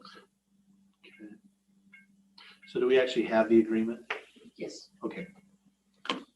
So we need to take action. it's in the sign. It's on the sign folder. the, You want it on, agenda. you want a motion? Yes, sir, Okay. please. I'd read it to you. Okay. I can't get. You can't get on there with our. What's it gonna cost me to Accept get on the agreement phone or between- say thing? You know, you're doing it. I know you're doing it. Habidex Industrials I'm in the beta LLC. I think Commissioner, Chris No, I'm away trying to from make a this. motion. Somebody bail me out. Yeah. Nope. Yeah, he's got booted off. Yeah. They have a little blue sheet today. No, go ahead. You were doing fine. Interrupted me. Again, I wasn't listening to you. Yeah. I see how this works, people. Mr. Chairman, I make a motion that we accept the agreement and approve the agreement between Habidex Industrials LLC and Klickitat County Human Resources Administrative Services Department to install and maintain the Board of County Commissioners Meeting Room Audio Visual System at a cost of $80,500. This agreement is executed upon a signature and has been approved by the prosecuting attorney. I will second the motion. Okay, I have a motion and a second on the agreement between Avidex and the county. Any further discussion? If not, all those in favor say aye. Aye. Aye, motion passes. Brings us to board pending.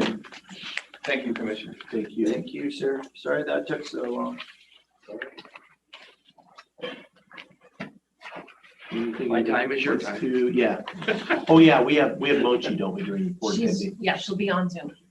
And I gave you 2 copies. I don't know. if you- Oh, I probably didn't pass. But one is a 2-page copy and one isn't, so. Oh, I can flip. Is this the one you wrote or is this? No, that was their stuff. Oh, I just need direction when we get there, so if you want to do that now or later, what do you want to do? I don't believe the PA has signed off on that second one, or the planning director. Oh, okay. The changes that were made.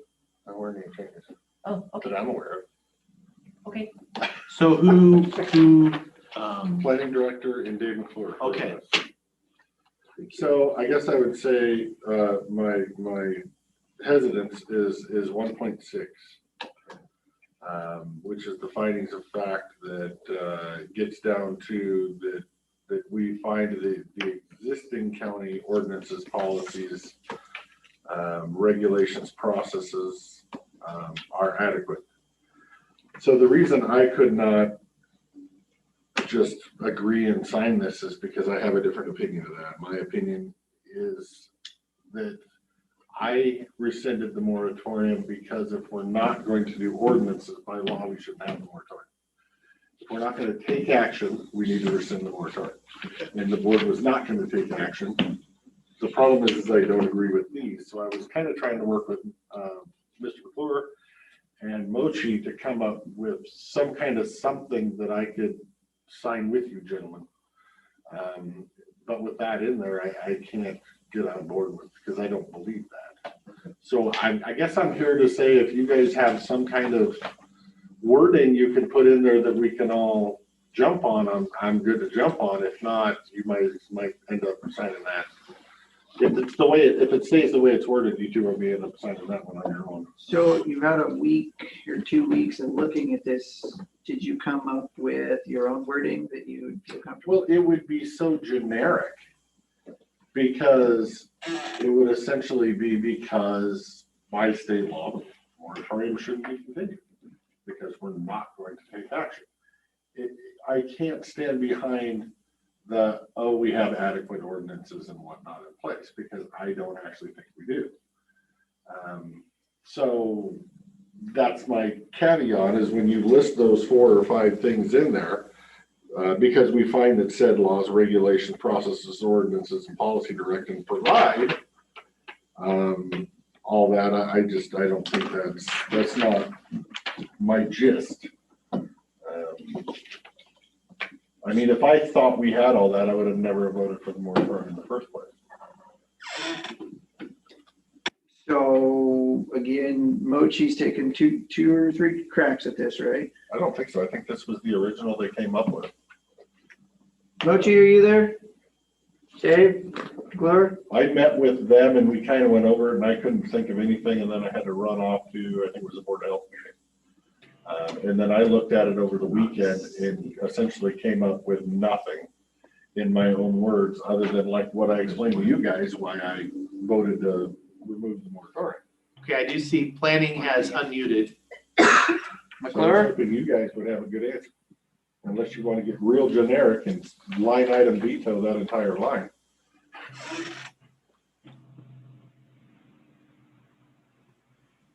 Okay, I see your boxes are lighting up, but I'm not hearing anything. I was deferring to Mochi. Oh, I see. Tried to throw your lit box over. All right, what's the question? I'll see if I can help. The only thing I can think of is if we change it, that we find there is no legal need to continue the moratorium, because that would just be a completely general statement. I can get behind that statement, but that doesn't itemize the itemization that you have in there. Mochi, are you there? Yes, I am. There you are. Does everybody see a chance and understand what Dan's trying to get at? And do you think we can come to some sort of wording that will make Commissioner Christopher happy? I would say the only thing that comes to mind is that, in 1.6, leave everything it is to the third or fourth line, start process, ordinance, and policy direction, and then put a period there. You don't need to find anything after that. And then after that, policy direction. it says the Board of County Commissioners reviewed the issues associated with commercial/industrial solar projects that are subject to conditional use permits. Subject to the conditional use process in light of public testimony received, existing federal, state laws and regulations, and existing land use processes, ordinances, and policy directions, and just put a period. That's what you did. And then you would go to 1.7, continuation of the moratorium adopted under this, ordinance XYZ is not necessary. I say that leaves essentially no findings of fact. But because where he was reading was in my 1.7. Well, mine 1.6 looks different. I see how you are. You gave me something different. Oh, Welcome back. Yeah, welcome back. Surprise. I was gonna say, Okay. draft out of that must have been stuck to the bottom of the other. Where'd this come from? This was what he passed me. That's what they gave me. I think. Okay. No, now I'm on the same That page. might have been what was here when we first discussed. Oh, maybe. And it was just. I told you there were, me for something. I told you there were multiple versions. of Maybe this. that. I don't even know what that one says. Well, it says basically the same thing, just in different bullets. That's what had me. Okay. So he's saying end at decision period. Okay.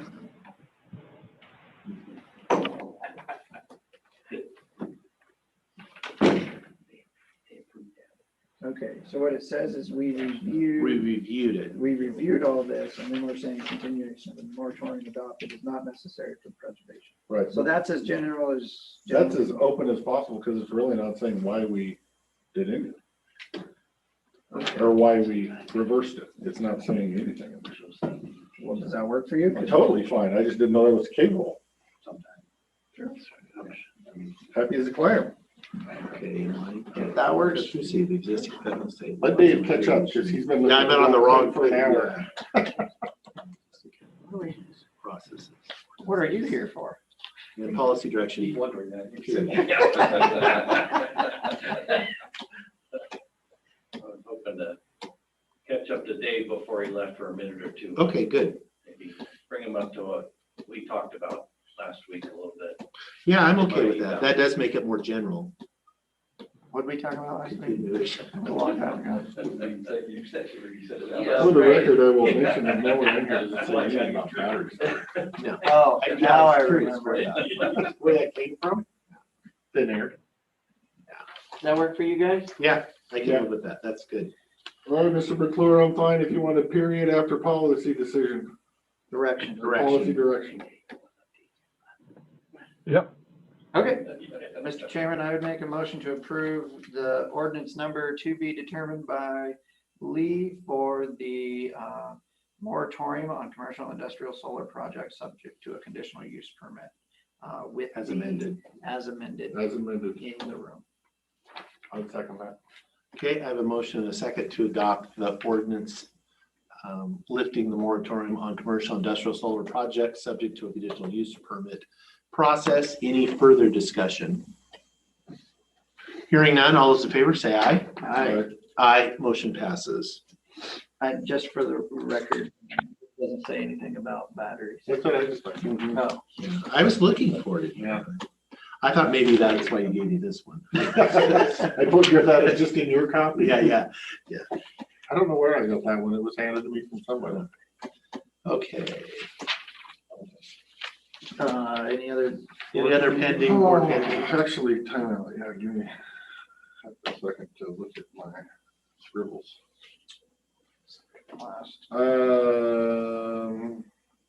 We did all mine this morning, so. Golden Dale Fire Ladder Truck.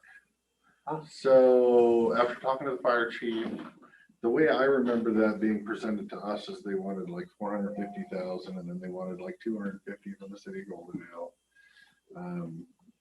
He's saying that it wasn't, they want 225 from us and 225 from the city of Goldendale, because the ladder truck is about 420 for about a 2002, 2004 truck that's not super high miles.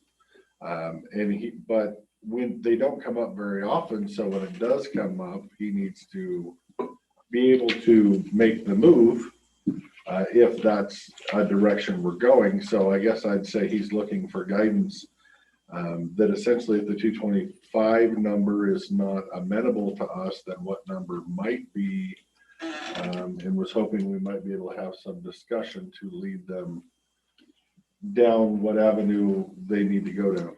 Are they required to have a ladder truck? Not that I'm aware of. I hate to answer that question. I can't answer that question. Do you know? I don't. It came up in when we were working on the design for the building, and Larry Bellamy said they had a discussion and he would let us know, and the issue never was raised again. So Other than the fire chief, multiple times. So I hate to answer that question. I mean, I can have him come in and do a presentation if you're interested. Before I give $250,000, you're darn right. Well, I get it. That's what I'm hoping that I get some kind of a Considering guidance. I would say for Are we not going to move on this? Are we opposite sides of the building? And if we're not going to move on it, then that's fine. But we need to come to some determination what we're going to do, if anything, and if there is a dollar amount, what potential is it? Do you want a presentation? Do you not want a presentation? Because it doesn't matter. That's why I'm sitting before you. I mean, I would rather turn one of those windows into one of them fire exits on the third floor for people. I have one of those on my second floor. Yeah. Rolled up under my desk, little Jacob's ladder. I would say for me, I would need to see if there was evidence or something that showed that the construction of our building created like they had to have something I would be willing to talk, you know, if we caused the issue, then we should make good on it. But understanding that if that is really true, it should have been identified during the permitting process, just like all the other requirements are. And so I suspect that it isn't. But if it is, if they can show me, then I would be willing to talk about sharing in the cost. But if it's not something they have to have, it's just something they want, I think that's going to be, I'm going to be hard pressed, because it's, you know, we've got 15 fire districts out there that have all kinds of really legitimate things that they want. I mean, we're building a 3-story in White Salmon apartment complex right now. Yeah. And they don't. We are? Huh? We're not. Oh yeah, we did tell you about This is news to me. that. Yeah, it's affordable housing. And we're It's fixing affordable. We got it all done We now. are. We fixed it down there. Gordy, what is the height of this building compared to the height of that building? Do you know, or can you email me those details? I'll email it to you, yeah. So that would be, I mean, that'd be my response, is if they have to have this by fire code or insurance purposes for the area or something like that, is what you're gonna say. right, if we created a hardship or some requirement, if we created a requirement, we should be liable for that requirement. So the message you want me to pass on is, if they believe we've created a hardship, come forth and have a presentation. Yeah. If not, speak to your city. Yeah, because it's just, Is that where you're at? You heard, yeah, you reiterated it really yeah. well. I think that's the same point of view. That's what we're saying. And Gordy, give me those numbers so I can at least have some, because I'm curious. I mean, if that's 6 inches shorter than this building, granted, you're not really, you know, I guess it kind of comes down to where the windows are on the second floor. That's where you're going to be offloading people. Yeah. The windows on the third floor there could be higher than the windows Do on the those second windows floor get here. even open? Yeah. Oh, okay. Oh, they would smash them out and put the ladder right up Yeah, against them to let everybody out of that third climb floor. up there about 6 feet. Because they're not going up there with a ladder to take people out that third floor. I mean, they would have to, but. Okay. They got Did you really have a meeting with Steve Gilmore last week? Next week. No, I talked to him last week. Wednesday at 1:00 p.m. Yeah, he called me. I thought you weren't working over it. No, I said I lied. I found that on there. Yeah. No, I did.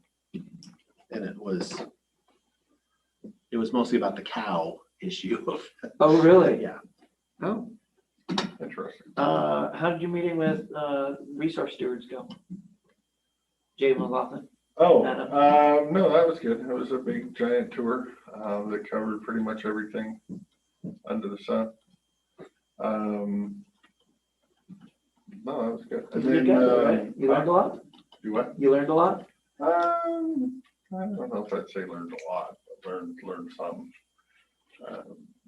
I think it was good. He got to see where I am on the issues, which kind of gelled where he was on the issues. So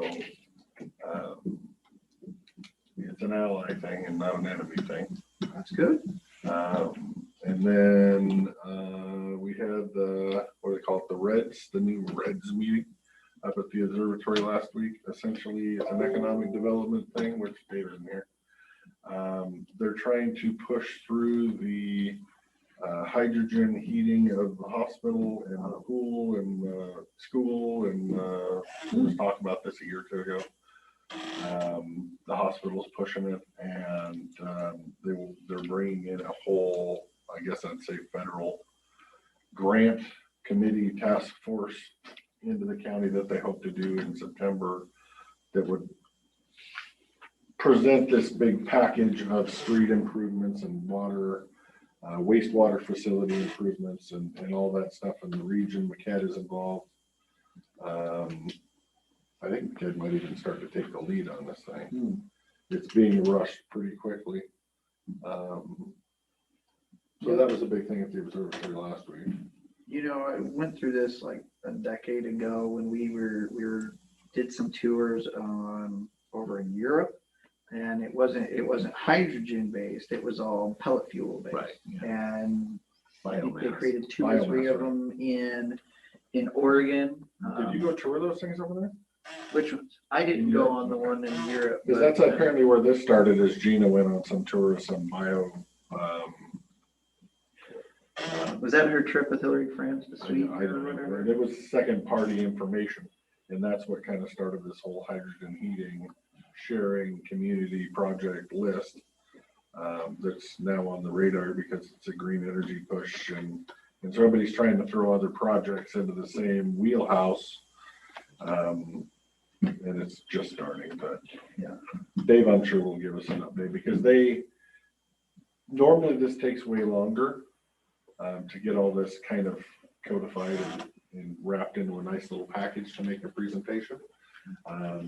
But it needs done this budget year, not next budget year. The only time we can get on the calendar for all these federal people to come here and listen to the projects to possibly give grants is this year in September. And Gina got some money for it too. So it's right in the legislative session. it's being quickly fast tracked, and they were hoping that the county would help with a little community development dollars to help pay for a I can't remember the name of the group that was up there that was helping push the thing to do a lot of the legwork to get the pretty little bow ties put on things to present the package.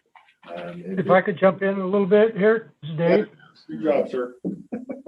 Yes, they're going to be putting together what they call a REDS, and as Commissioner Christopher indicated, it would be bringing all of these various funding agencies in to look at, more of a regional suite of projects and try to get the different funding agents to lined up behind. This is a kind of a project I can fund this, I can fund this kind of a project, and then build some momentum to get things implemented. It sounds like a really neat idea. Some of my challenges that they being KVH right now, sort of spearheading this thing, looking for $35,000 from the county, and right now they're asking for $0.09. And I'm having a little bit of a problem with that because of the breadth of projects. We can, that $0.09 are for funding public facilities that support economic development.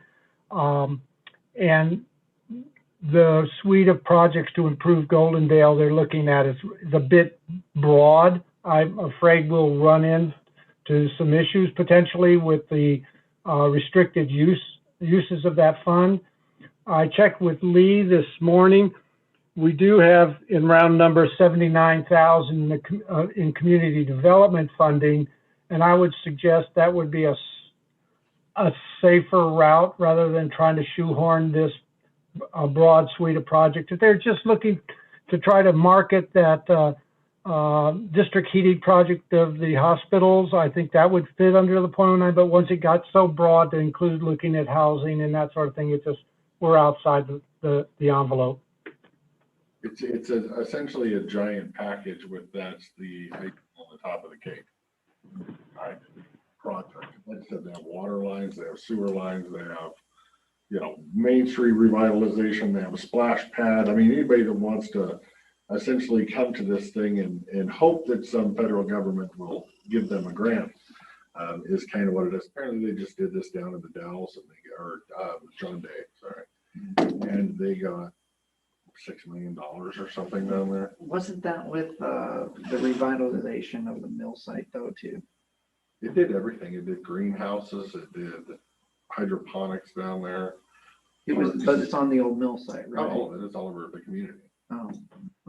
So essentially they have a little bow on the top of the cake, but they want to make sure that you have all this far-reaching stuff too. So anyway, I know they were talking about $0.09. I never thought $0.09 qualified, which is why I was saying community development dollars. So can I ask, is anybody else putting any cash in?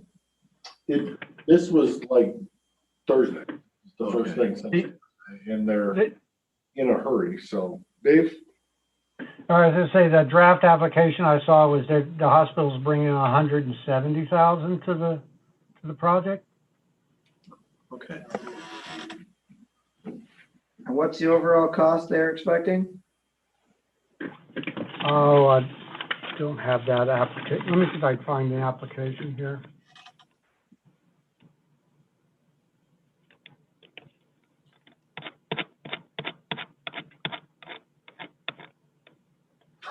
It's actual. 205,000. They're looking for 35 from the county, 170 from the state of Washington. I believe those dollars are associated with 3,040,000 that Representative Mossbrucker got put into the capital budget this year. This project. So the GINA money, is that for construction or is that for design? Design. I have not seen the full, I saw some of the language in the bill, but it was, it wasn't specific. Supposedly 170 is earmarked for feasibility studies and stuff like that, but I have not seen the details, and I don't know that I believe they may not have the grant agreement with the Department of Commerce in place yet, so I can't speak to the details. I just got what they put in their application here.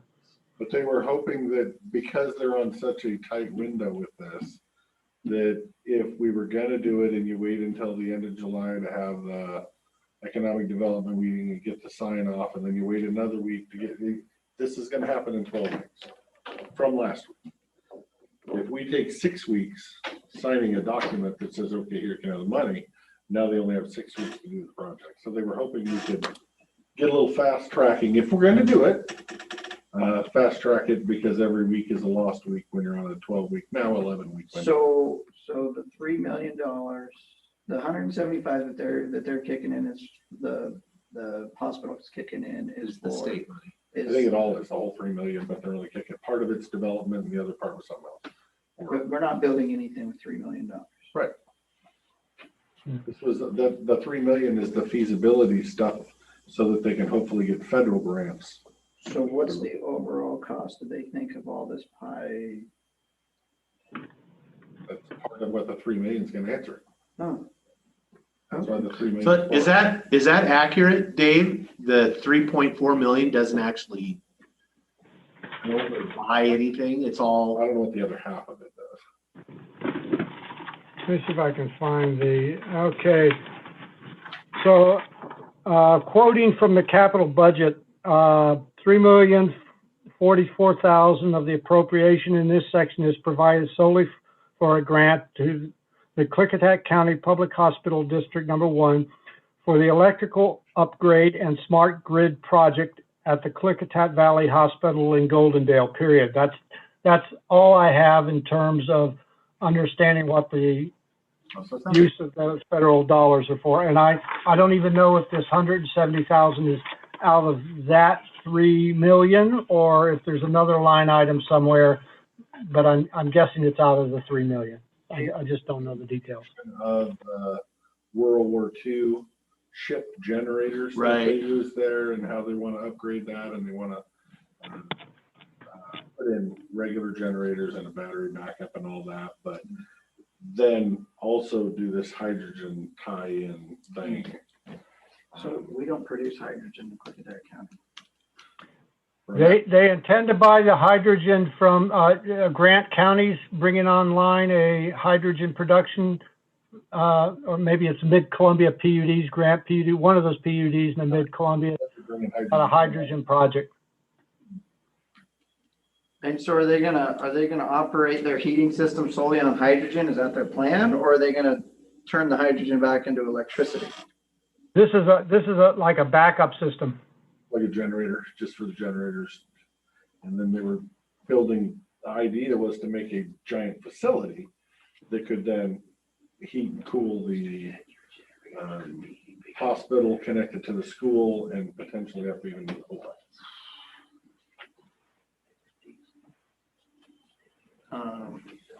I'd need to see a full prospectus before I'm gonna throw 35,000. Yeah, I suspect I have I have a call I'm supposed to set up with Leslie I'm assuming what, now I know what the That topic is, was? yeah, what that, yeah. So, like I am, That I think it's on Thursday that I won't be able to attend. When I get to do a Zoom tour again, when you guys want to go instead. Why, because we have a workshop then? is that the conflict? The workshops all month. All month. Yeah. Yeah, I would say I am sensitive to their need for an answer, but I would agree with Commissioner Anderson. I would defer a week so that we know what we're. No, I wasn't trying to get you to take action today. Oh, okay. I was just trying to advise you of what's coming. That when it comes, hopefully we can move as fast as possible. If we Got want to go in that Okay. direction. Got it. I'm not asking for money today. I was providing an update. Thank you Okay. for your Just clarity. be a little more clear. Like, Yeah. oh, you want me to be clear at the beginning, Right. not at the end? Yeah, generally somebody's always asking for money. So, Sometimes. that's my default assumption is that. So, okay. So a question, would the board entertain using the community development funds, given that there's potential for challenges with the $0.09? And what we can do is take what we've got in terms of a write-up so that people can see the scope of the project and touch base with the KCP EDA board members and see if there's concerns there while we're. Yeah, because I Wait until next- see an issue with, like, again, we don't have to wait until the KCP meeting to take action because we send it out. Right. So and again, I think I'm supporting using community development dollars because I think the 09, I don't think it fits, or at least a portion of it doesn't. That would be safer. And I would be in favor of, go ahead and send it out and see what people say while we're in the information gathering stage. Yep. Okay. Okay, you got 3 nods. All right, very good. Thank you. Other pending before we go to the prosecutor? A question. Yes. I think this is heating and cooling. Would any of this even qualify for landfill dollars?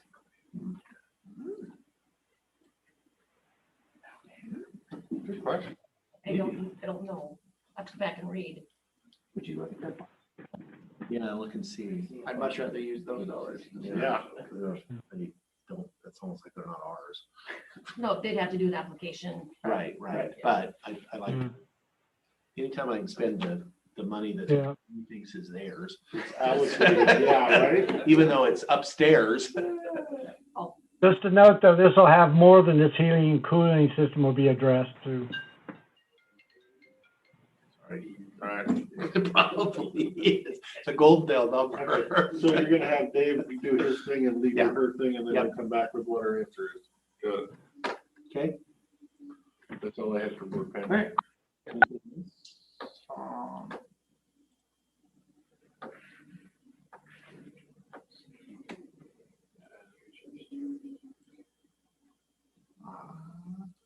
I went on the radio and How'd that go? it was only about track D and Yep. yeah, I was listening. no sheriff, no nothing. Yeah, surprising. That being said, this next month, I think my priority is going to be to try to start having some conversations with the tribe about Glenwood and water, and I had one positive conversation this past weekend with somebody who works for the tribe about just trying to make sure we open those lines of communication. And that's going to be my priority right now. Otherwise, there's no water in Glenwood. Right? Potentially.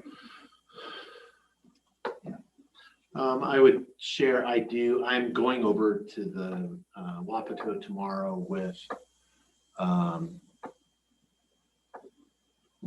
The housing authority? yeah, with the housing, with Wishram, the superintendent of the school, and somebody from the fire district, to the housing authority and this is just the housing authority board was very graciously accepted. I sort of asked to be invited over, have us to was a follow-up to the meeting we had in Wishram with the community. And so we're going to 11 tomorrow, and it's just basically just so they can introduce themselves to each other, because it's so that the school and the fire district can have a conversation about, you know, what's going to happen with that project that's under construction now. And the housing authority they're going to feed us lunch too. So, so they wanted us to come at 11 so that afterwards the board could have lunch with us. So it was very cordial. So I'm hoping, and I have counseled the school and the fire district that this is a let's get to know each other, and it's not necessarily, it's you know, we're not going to talk about details exactly. That this is, you know, the project is under construction. It's going to be constructed. It is. They're estimated from talking with the acting executive director. They expect to have it about, good Lord, about about a year that the families will move in. How many families, how many kids? Do you got any idea? That's part of what the discussion is going to be. There's 40 to 42 houses. They have 21 or 22 are permitted and under construction right now. And so the first half would be that first phase. And so that's part of the information we're hoping to get, so that the school can plan for how many kids are going to be there. They have the land already purchased for both phases? Yeah. So that's what I got coming, and everything else will wait, apparently. Okay. With that, Mr. Prosecuting Attorney, did you want to have a discussion with the board? Do you want me to just call you, or? Sure. We'll see. After all this time. I know. Mr. Cannell, do you have anything that's going to be executive? How long do you think this is going to take? I can't. I have a commitment at 3:30, so we're going to. We have some urgent business we do need to discuss, but it's going to have to wait till next week. I have a commitment at 3:30 that's going to last the rest of today. I need a verbal authorization to fill a DPA 1 position. It's grade 72. I'd like to advertise the steps 1 to 5. If I can get verbal authorization and move forward on that, I appreciate it. Yep. You're good. All right. Do we need to do something Thursday for executive session, or can it wait till Tuesday? Tuesday. I mean, we're not meeting, but we could meet virtually easily if it's urgent. When I follow up individual, and we'll just we do need to have a discussion, but it's not noticed for Thursday, so I think we got to wait till Tuesday. Okay. So should we schedule you time for next Tuesday? It's customary that there is time scheduled, but it was scheduled today. Right. I just want to make sure we get you in before your. Yeah, it was scheduled today at 3. Right. So if we can. Although there is a disclaimer at the beginning that says these times are. Holler at us next time. Yeah, I'm sorry. We'll do our after. We can move things. You usually like to be the last item. No, and I usually don't make a commitment on Tuesday afternoons, but I need to attend to another matter here shortly. Okay. So, all right, thank you. Thank you. Sorry.